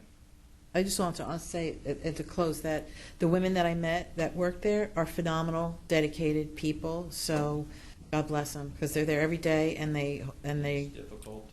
they're troopers. So thank you for that. Everyone know we work, because I started there, you talk about longevity. I actually started working over there in 1996. So we do work out of the basement. We work in an old bathroom. Is our pharmacy. So we did get rid of the tub to make more space. But for what service, especially in the old part of the jail, for what they have to do and the amount of care that's actually delivered is pretty impressive. Mr. Heckley. Thank you. Thank you. I thought Mr. Kraft worked out of the old bathroom. I guess I was Apparently misled. Don't say anything, because then we'll be building a new building for you. No. Do the next Ouch. thing. Oh. Anyway, you've covered actually the mental health. I mean, it seems like you have three issues. And the state, unfortunately, you brought up a good point about the state. Since they've gotten out of the mental health business for the most part, especially with the state hospital, you're experiencing what our public nursing home experiences, which is dumping harder to case dementia, mental health, because frankly there's nowhere to go, and certain private facilities just won't take the folks. So we are probably seeing a larger proportion of that, and I'm guessing then, as you've been pointing out quite clearly, you're seeing this trend, and it doesn't appear to be diminishing, of mental health illness and issues, and now we're talking about a 7-year contract, so I'm sure you've built that in your cost, looking how things can go, addiction you have, but I know Ms. Hefner and I have talked about this many times. Sometimes the public in general, it's the addiction of the month thing, Cycles, man. Cycles, all right. But the same drugs seem to cycle through. I mean, 1 month, we're opioids, and then you find out, well, it's really meth is making a comeback. Cocaine is suddenly back into the mix again. But I would say the third component, given that you have to focus on those, and those are very flexible, tilting upwards, I would say, as you mentioned, the general health of inmates coming in has to be probably not that good. I doubt if most of them are really up on their doctor's appointments or checkups. Is the general health of an inmate coming in the door, you assess them when they come in, has that been declining? I mean, I'm not talking mental health, I'm not talking about drugs, I'm talking about literally just the healthcare aspect. And also, if I can tack on to that, the medications, because that's part of it. I mean, even though you're buying bulk and you probably are doing well with your negotiations, still you're a captive of that market as well. So I just was wondering about your juggling of the general health care coming in the door. It is declining as well. And the incident of having someone who does not have either some form of addiction or mental health or both is a smaller segment. So, those who do not have, and they're not truly comorbidities, though they could turn into them, but does not have one of those other afflictions, their health, as we're tending to see it, is also declining. Because although the state closed the state hospitals, community health clinics are on the decline too. And there's not enough resources, and these individuals tend not to take the best care of themselves, unfortunately. Yeah, I mean, so you're getting, I mean, whether even if they have an addiction or a serious mental health issue, I'm sure the physical side of that as well. They're also coming into you physically in pretty poor shape in many cases. We see the sickest of the sick. Yeah. ERs do that too because of the lack of insurance and inability to turn people away. But they're capturing for a short period of time. When they come to us, we're not turning them out in 10 hours. Although it might not be a lengthy stay, they tend to be ours for some duration. No, thank you. Thank you. Any further questions? Go ahead, Mr. McGee. I just was wondering, the last term that we had with us, is there anything extra that's not, that I don't know about, that like extras or anything that you guys charge for or don't charge for, or we're gonna be expected to pay? Nope. They're capped, as I mentioned, the cap went up to 30. That's 30,000. Well, beyond the caps, the county will still be responsible because we're Right, not an because insurance those company. are all identified. But they're all identified, yes. Well, thank you for the last term, and I think healthcare goes up at least 4% a year, so. Yes. That's a pretty good deal that They do need to be complimented on their negotiating skills because we just signed a 7-year contract without any increases for healthcare that we all know goes up. And certainly the senior center sounds as though it's needed because they do not have any air conditioning.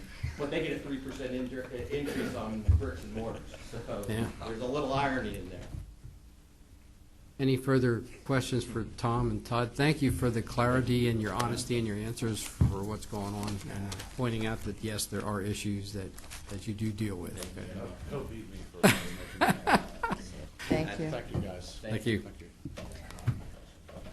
Do you have to move that forward, I Mr. think, Warner? shall we move that forward? Mr. Chairman, just Oh, very briefly, go ahead. sir, earlier we heard from the president about the plenipotentiary nature of council and its ability to hire whomever it wants, whenever it wants, and I was just wondering if that extended to the temperature in this room. Yeah, really. It's a little warm. I in think here. Ron We don't took it control off. that.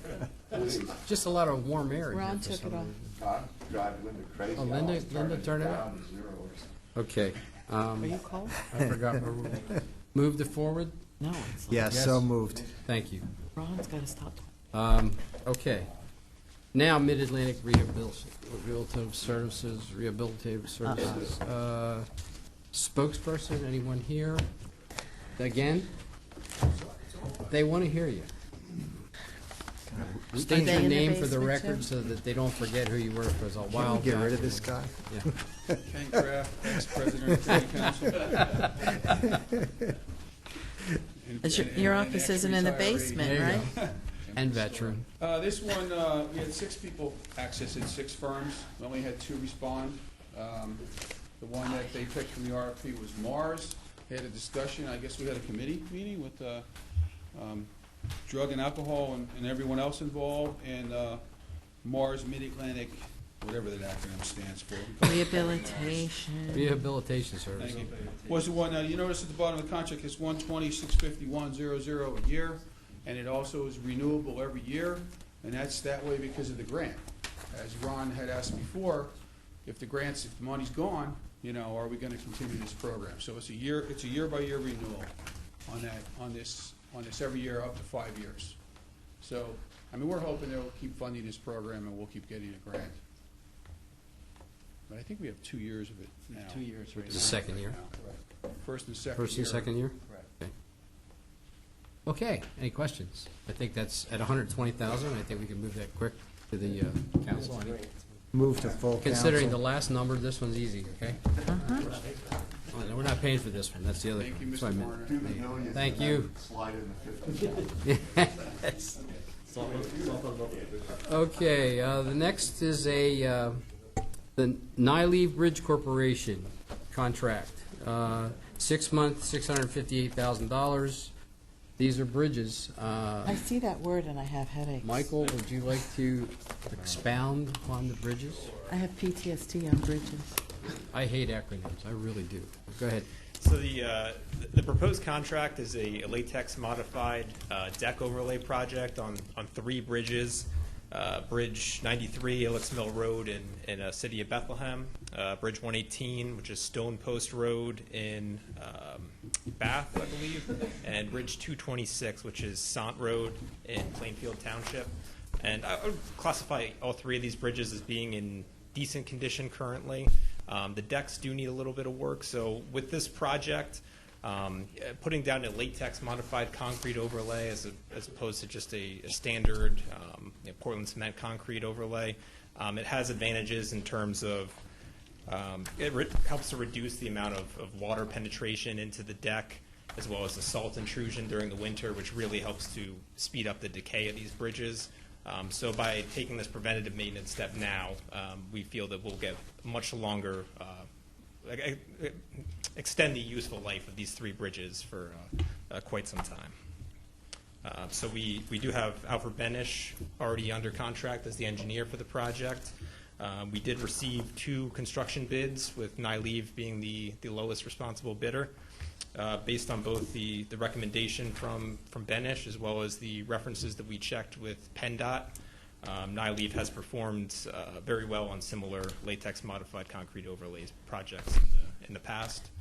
So I'd like to move forward with that contract with your concurrence. Thank you, Michael. Any questions for, okay, John? Yeah, as I'm looking at the bids, I noticed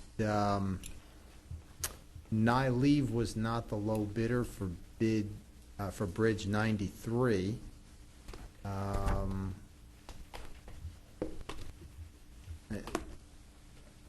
I correct in that, or did you? I don't have the per bridge estimates in front of me right now. You want to see this? This what he's looking at, Mike?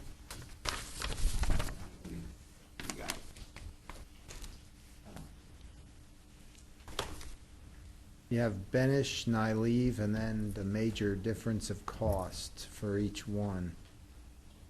Correct.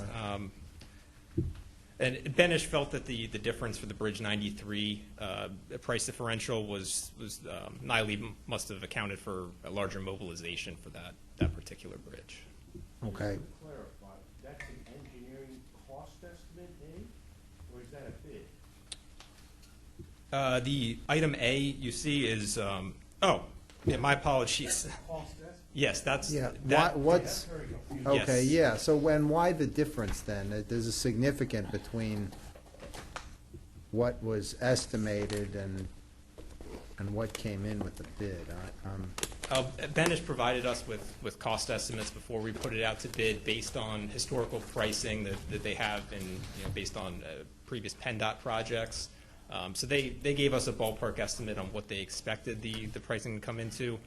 Bridge 93 was kind of a bit of an unknown. It is one of our more heavily trafficked bridges, given its location on Ilex Mill in City of Bethlehem. So we worked with the city to try to come up with a traffic control plan that would work, and our hope at the time was that we could preserve traffic in both lanes during construction.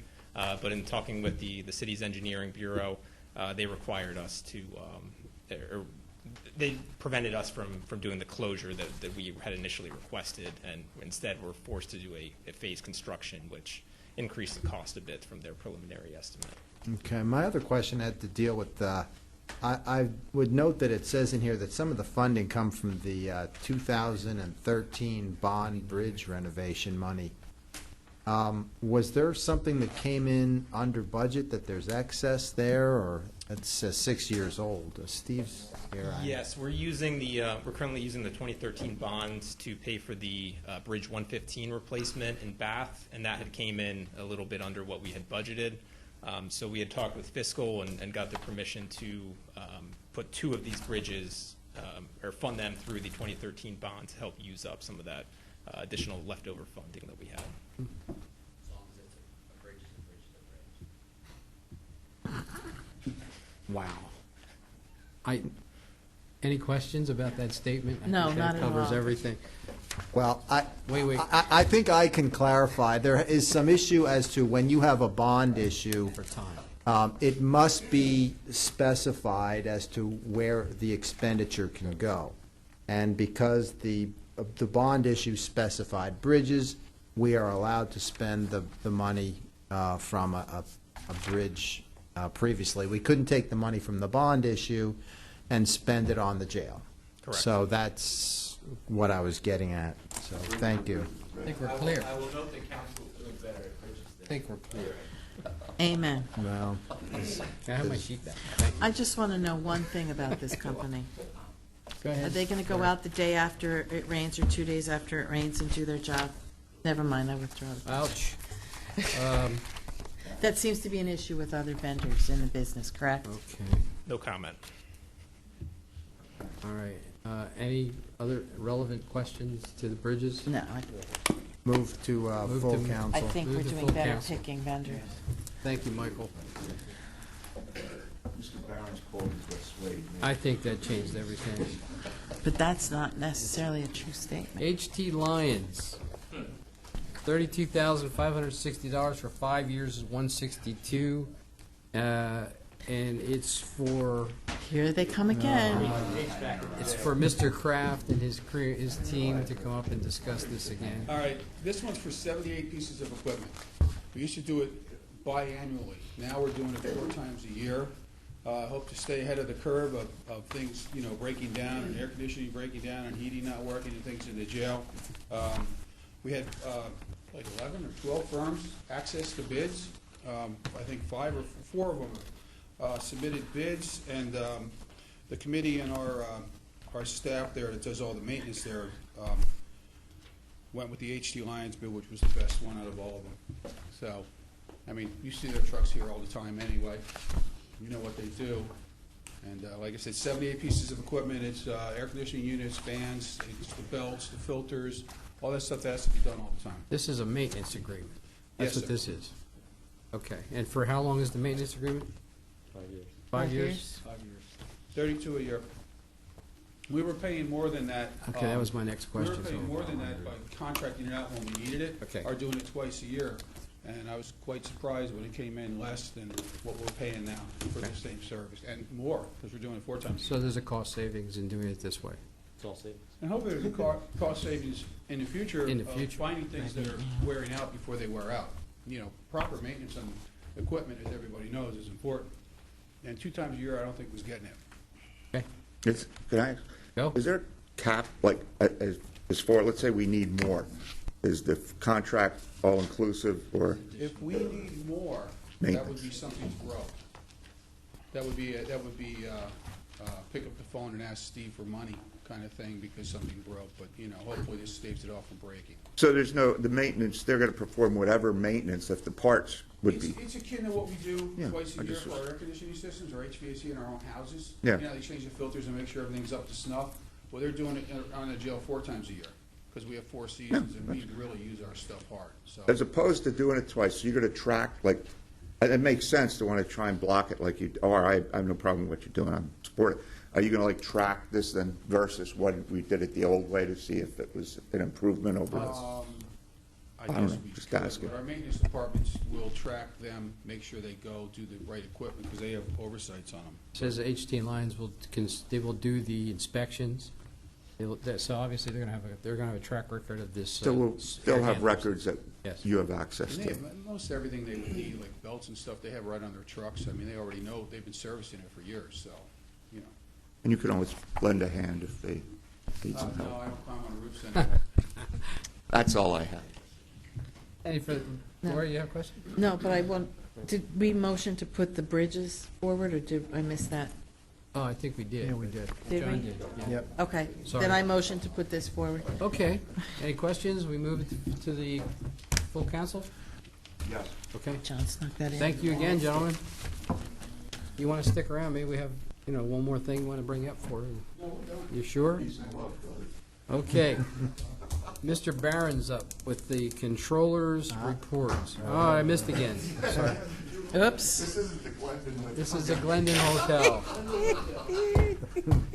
That's his other role. You had a nice write-up in the paper about the Glendon Hotel. Yeah, I saw that. Mr. Saborski. Thank you. I have 5 reports for you today.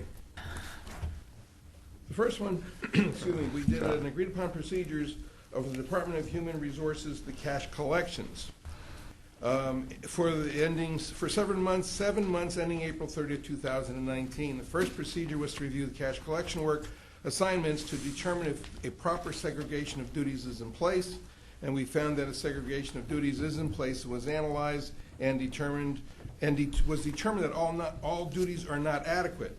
Deposits are not always reviewed and initialed by someone other than the person preparing and making the deposit. Also, we found in testing that when deposits were reviewed, the reviewer did not consistently include their initials and date as documentation of the review. The second procedure was to select a sample of 5 receipts and verify that they were deposited on the same day as received and that the cash check mix agrees to the validated deposit slip. A sample of 5 receipts was selected for testing which included a variety of funds received. Of the 5 receipts tested, 3 receipts were not deposited the day they were received. 1 receipt did not have adequate documentation to determine if the funds were deposited on the day the funds were received.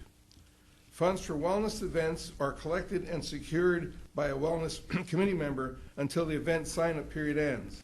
After the sign-up period ends, the funds are deposited in revenue and all documentation is provided to Human Resources when reconciliation is performed. The cash check breakdown for 4 deposits agreed to documentation. For the remaining deposit, the breakdown could not be determined because it wasn't recorded for copier fees received. And the third procedure was for offices with bank accounts. The Department of Human Resources does not have a responsibility for any bank accounts. We conducted this agreed-upon procedures engagement in accordance with generally accepted government accounting standards. That concludes the first one. Questions about that? Thank you, Mr. Percy. Well, the second one, we performed an agreed-upon procedures engagement on the county's cash selection process for the Department of Corrections vending machines for the period of December 2018 through April 2019. The first procedure was to review cash collection work assigned to determine if proper segregation of duties is in place, and we found segregation of duties provides for adequate controls in all areas. The second procedure was to select a sample of 5 receipts and verify they were deposited the same day as received, and that the cash check mix agrees to the validated deposit slips. We found the deposits were made in a timely manner, and all deposits received matched the checking amount. However, someone other than the accountant who prepares and makes the deposit was not comparing the validated deposit slips to the supporting paperwork. The third procedure was for offices with bank accounts, and since they don't have bank accounts, that one is not necessary. Our findings were the deposits. We found deposits were made in the county's common account. The staff was not responsible for writing checks, making withdrawals, or performing bank reconciliations. We conducted this agreement upon procedures in accordance with generally accepted government accounting standards. That was the second one. Any questions on that one? Moving right along, the third one. We performed an agreed-upon procedures engagement on the administration of funds associated with jail commissary and inmate telephone services. Reviewed commissary purchases made by inmates and telephone billing for inmate calls during a period of April through September 2018. First procedure was to determine if inmates are being charged the correct amount for items purchased from the commissary. We found that they are being charged correct amounts. The second procedure was to determine if inmates are signing their order slips acknowledging receipt of what they ordered, and a sample of 30 order slips was selected for testing, and all but 2 were signed by inmates. 2 order slips could not be located, so we were unable to determine if they were signed. The third procedure was to determine if grievances resolution efforts by Keefe are monitored by jail personnel. Keefe is the company that does the commissary.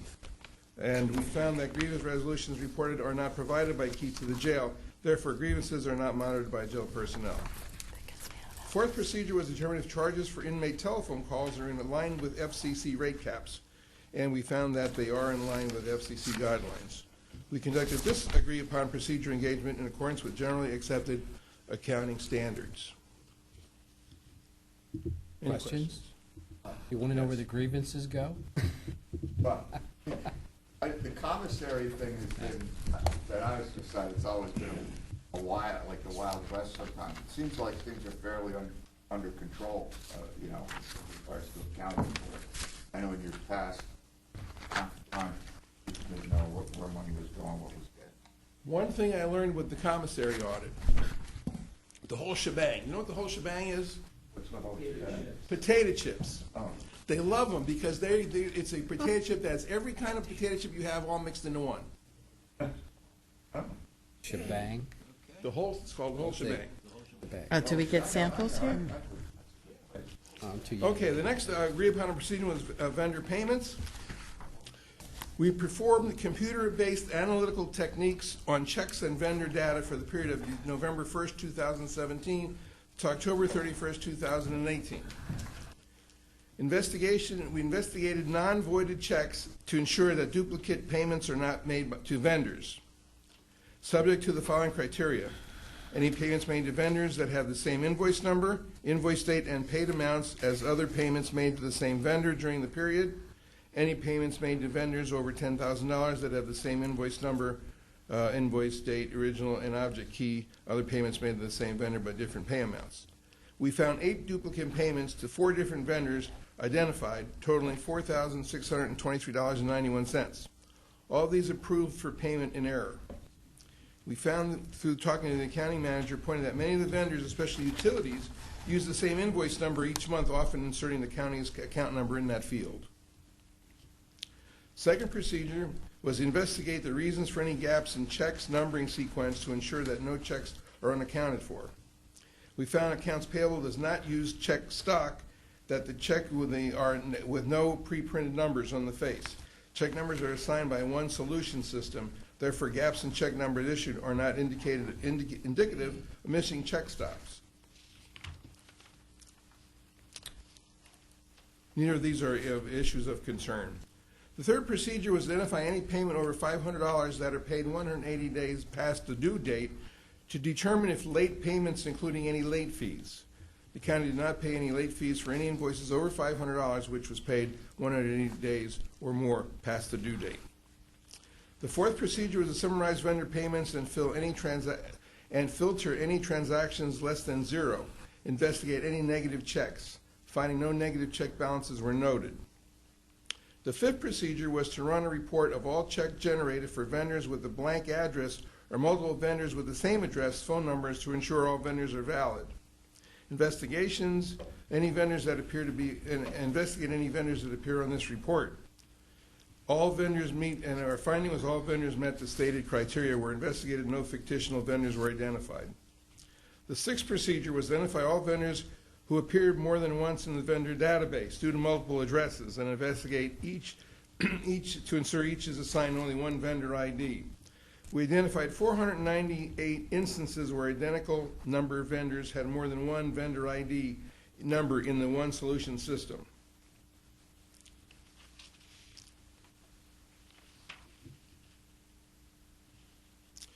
These were brought to the attention of the accounting manager, who said she would assign them to a staff member for to research and possible consolidation. It should be noted that some of these could indeed be different vendors with the same name, and no action needs to be taken. We inspected all the instances in which payments were made to both vendors' numbers for identically named vendors during the period under review, and found that no duplicate payments were made. And the seventh procedure investigated identical addresses between the vendor database and employee database to determine whether payments were proper. We found 3 instances where one or more payments were made to vendors with addresses that matched employee addresses. We investigated all 3 and found that the valid reason existed for all of them. And the final procedure was to investigate any payments made to vendors on check dates other than the normal Wednesday check run to ensure reasons are valid. We confirmed that reasons checked were run on dates other than Wednesday were valid. We traced single check runs on days other than Wednesday to appropriate vendor files and found they all were properly supported. We conducted this agreement upon procedure engagement in accordance with generally accepted accounting principles. Questions? John? Yes, John. First of all, I want to say that this is an area specifically where there is a huge potential for fraud. So I appreciate what you did in this case. The 8 duplicate payments, could you go into that a little bit more? How was that resolved? What was the issue there?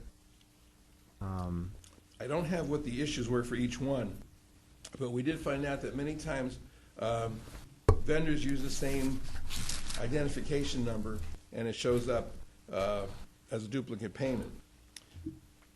All those that we found were in error, and maybe Steve can help address this.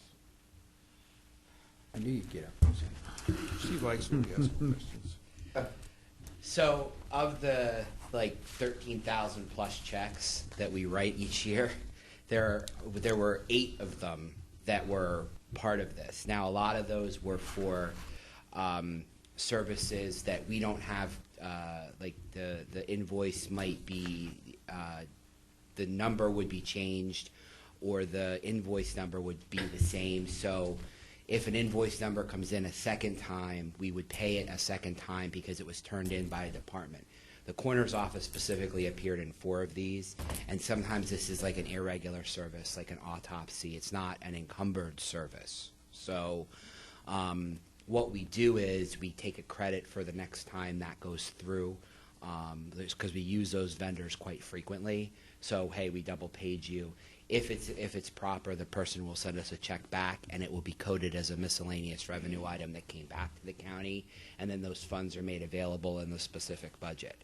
So as we work through those, I can't say specifically how each one was fixed at this point, but if you'd like, I can tell you when I do a little bit more research. Yeah, I would just note that I think, what is it, so 5 of them were from court administration? Yes, the other issue is we are going to be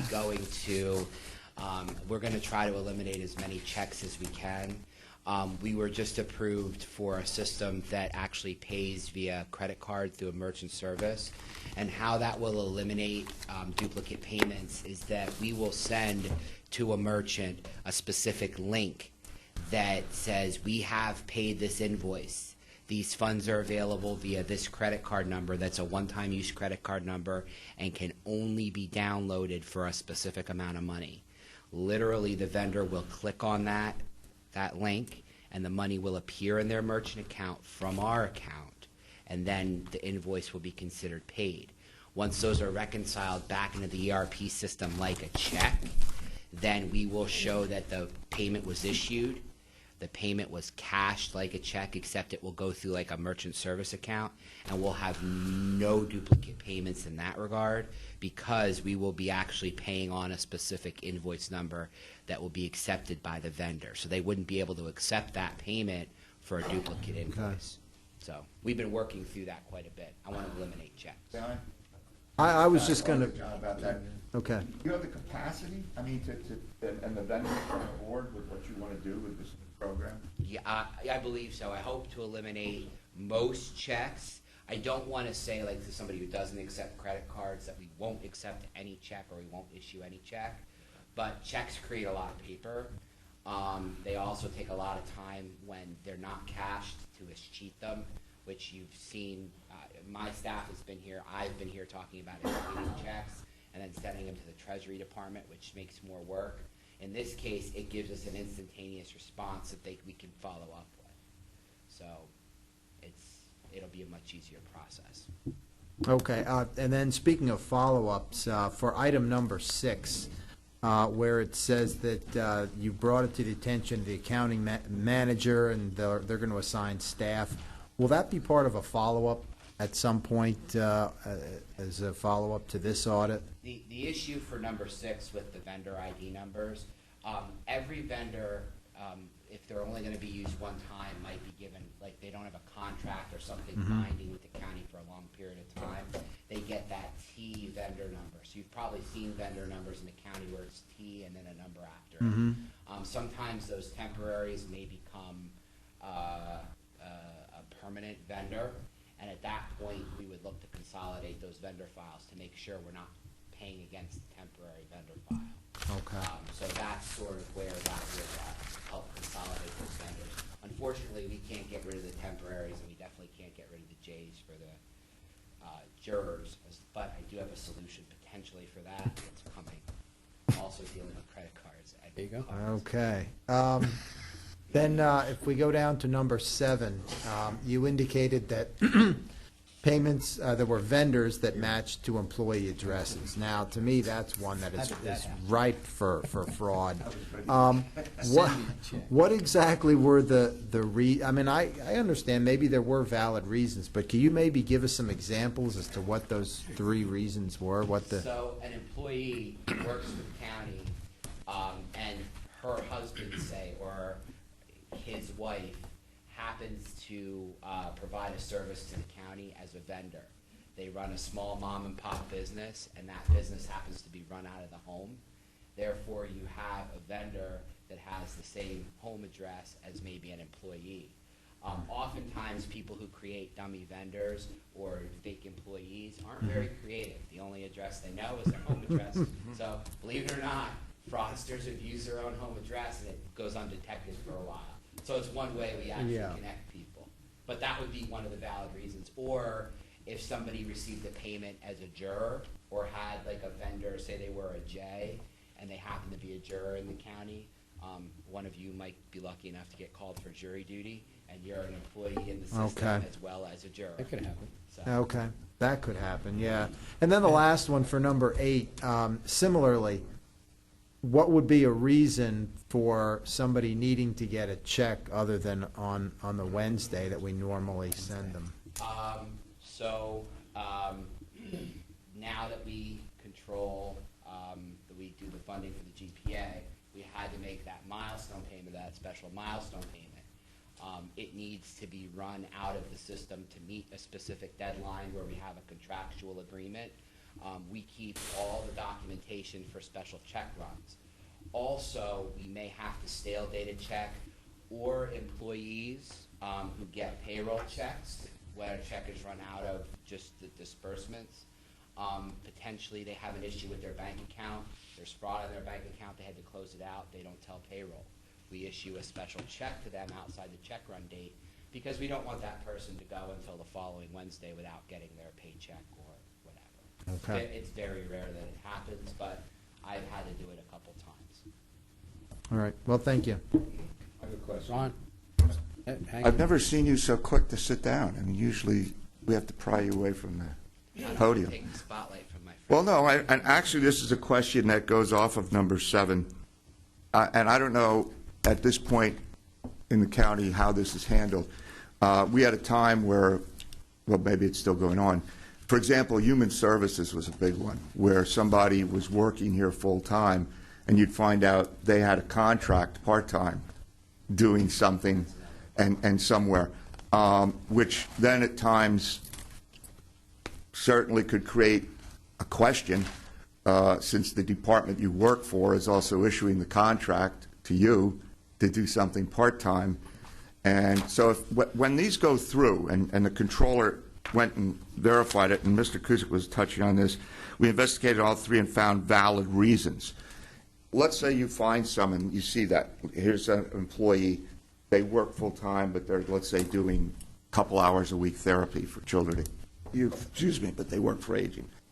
Is that something you tickle or put a thing on to send to the director of human services or director of whatever to say, you know, or do you say, hey, that's your turf, I'm out of it, since you're the money man? I can't speak for Bucky on this one, but I used to do that for when I was controller. When my staff would bring me that specific person, I would ask, hey, how is this person working? How did they get their contract?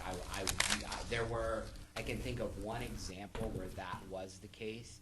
Most times, though, in human services, when those are brought to my attention, it's a person working for another agency and not for themselves. But I used to look at both of those. But it's a county check that's, the county check is being cut to the well, not necessarily. I mean, I can see that you're right. If the check's cut to the agency, but the check could be ending up cut to them. Like privately, they could be so-and-so consulting, so-and-so counseling. There's one example I can remember, and there was like a valid reason because that person who came to work for the county at the time had a long-standing client who had a county contract. So the county, I don't want to get into the confidentiality stuff, but what ended up happening was the one example I can remember is about 2009 or 2010 when we first did this audit. The issue was the person had a long-standing contract with a client. They became a county employee but wanted to keep doing the therapeutic services with that client for continuity of care. And so there wasn't really a conflict of interest, but this was triggered in our audit because it was the same address between a vendor and then an employee. So you get the information. You become aware, no matter what department it is, when it comes to payments, you're keeping your eye on these things come up and you see employee number. And I know the controller, he's doing it as a controller, but this is something I would guess in your department. I mean, you're watching out for where the dollars go and who's getting them. There are 2 people who can input vendors. When a vendor gets put into the system, they're trained to look for some of these things too. And if there's an issue, it's it's always brought to my attention because there's 1099 issues, there's a whole bunch of other things that go into just putting a vendor in the system.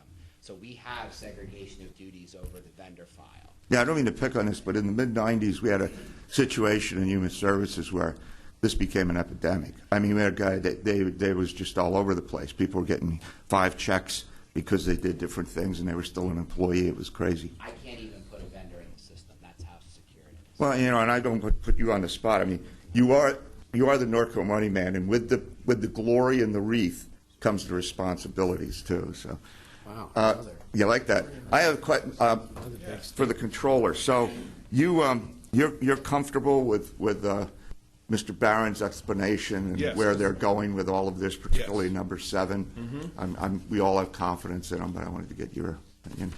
Yeah, and like I said, we found 3 of them and all had valid reasons. Yeah. All right, that was the one that jumped at me. Anybody else want to jump in? I just have one question, and it's something that's just off the cuff. Do we have any vendors we deal with who don't, they just want to deal in cash? They don't want to deal with credit cards? No, that's another. Do we have anybody that does cash? Because there is a. I don't know how I would. How would you? I'm trying to think how I give them cash. I don't want to go back. Well, no. I'm just questioning if you did have a contract and the person will be dealing with cash. I don't have credit. Would that even be acceptable? No, because we have to issue a 1099, so we need some sort of documentation. All right. No bags of gold. Thank you. No bags of cash. Just a thought. Laying around. That's how I operated for a while. Bags of gold? Oh, cash on. Thank you. Okay, the last one. Okay, the last one is an audit follow-up on the P-card program audit. It's the policy of our office, as required by government auditing standards, to follow up on all audit report recommendations. This is the 3rd and final follow-up of this P-card program audit issued September 29th, 2017. The following is a summary of recommendations that required follow-up and the status of the corrective action, as stated by Human Resource Director Elizabeth Kelly. The first recommendation was regarding gift cards, and the administration should establish a policy regarding gift cards. Although Director Kelly initially agreed to draft a policy, she now says that such a policy may not be needed, as the purchase of gift cards does not appear to be widespread. She informed us she has no intention of purchasing any gift cards to use as employee incentives or for any other purpose, and will draft a letter to county executive and other directors to inform them that purchasing of gift cards is disfavored, and she will not be purchasing any gift cards with any county funds. Because this is the 3rd follow-up and additional P-card audits will be completed, no further follow-up will be required. The second recommendation was to review of county staff travel and staff training policies. We recommended the administration should periodically review and update their policies to keep them current and provide greater direction for employees and their supervisors. Policies involving reimbursement levels should be updated annually to remain consistent with federal and state guidelines. Director Kelly said she is in process of redrafting the policy for staff travel. Regarding training and tuition reimbursements, she plans to review the policy, but has a higher priority to draft a new social media policy. She has a task force working on a draft of a county use of social media policy and is expecting a recommendation from them within the next month. Because this is the 3rd follow-up and additional P-card audits will be completed, no further follow-up will be performed. Thank you for that. Did we had some cards that were out? Did we ever find out anything about them? We did get them back, correct? Just curious. Yeah, They're all back? Thanks. That's all I needed. It was just. You said it's not widespread, but what's out there yet? I don't know. Nothing. I would think Mr. Dertinger's on that. HR has all the cards that were out there. There are gift cards that are purchased in Human Services for gifts for clients. Okay. Nothing is given to employees anymore. And there's somebody who's responsible accounting-wise for that. They're responsible, they're monitored, they're law. Yeah, I know the executive was concerned a great deal with this issue, cards all over. So that's really the only case that we're talking about. I know Human Services has done that at times. There's nothing that you're aware of that's floating out beyond. I mean, I know you can't speak necessarily for courts, but we'll have to talk to the courts. You have to ask them. Okay. Yeah, that's different. Oh, yeah, okay, thank you. Any further questions for Mrs. Zavorsky? Thank you. Thank you, sir. Okay, thank you. Thank you for your patience. He And waits the anyone whole need a- time every anyone need a Wednesday. break before- You want to hear a quick Go- story? go right Can I ahead. quick story? Quick story Always, for 'cause you Mr. waited Zavorsky. so Right long. ahead. All You the have been time. very patient. Go ahead. I want to thank the county for cleaning the windows. They had, if you know, we had a window cleaner. They came to my building, and there's iron grates over all the windows. They could not open the iron grates because they don't have keys for them. I says, guys, you got to think out of the box. You have a prison over there. I'm sure somebody gave him a bobby pin can pop all these windows open in a matter of an hour. Did they suggest that? They don't like I bet Mr. Barron had the keys somewhere for when he was there. Admit it. After Mr. Kraft. Admit Yeah, it it. was two, yeah. I must, yes, 5 minutes between, and then we'll take care of the capital projects. Thank you. Everybody go get a drink of water and go to the bathroom So we're adjourned. for 5 minutes.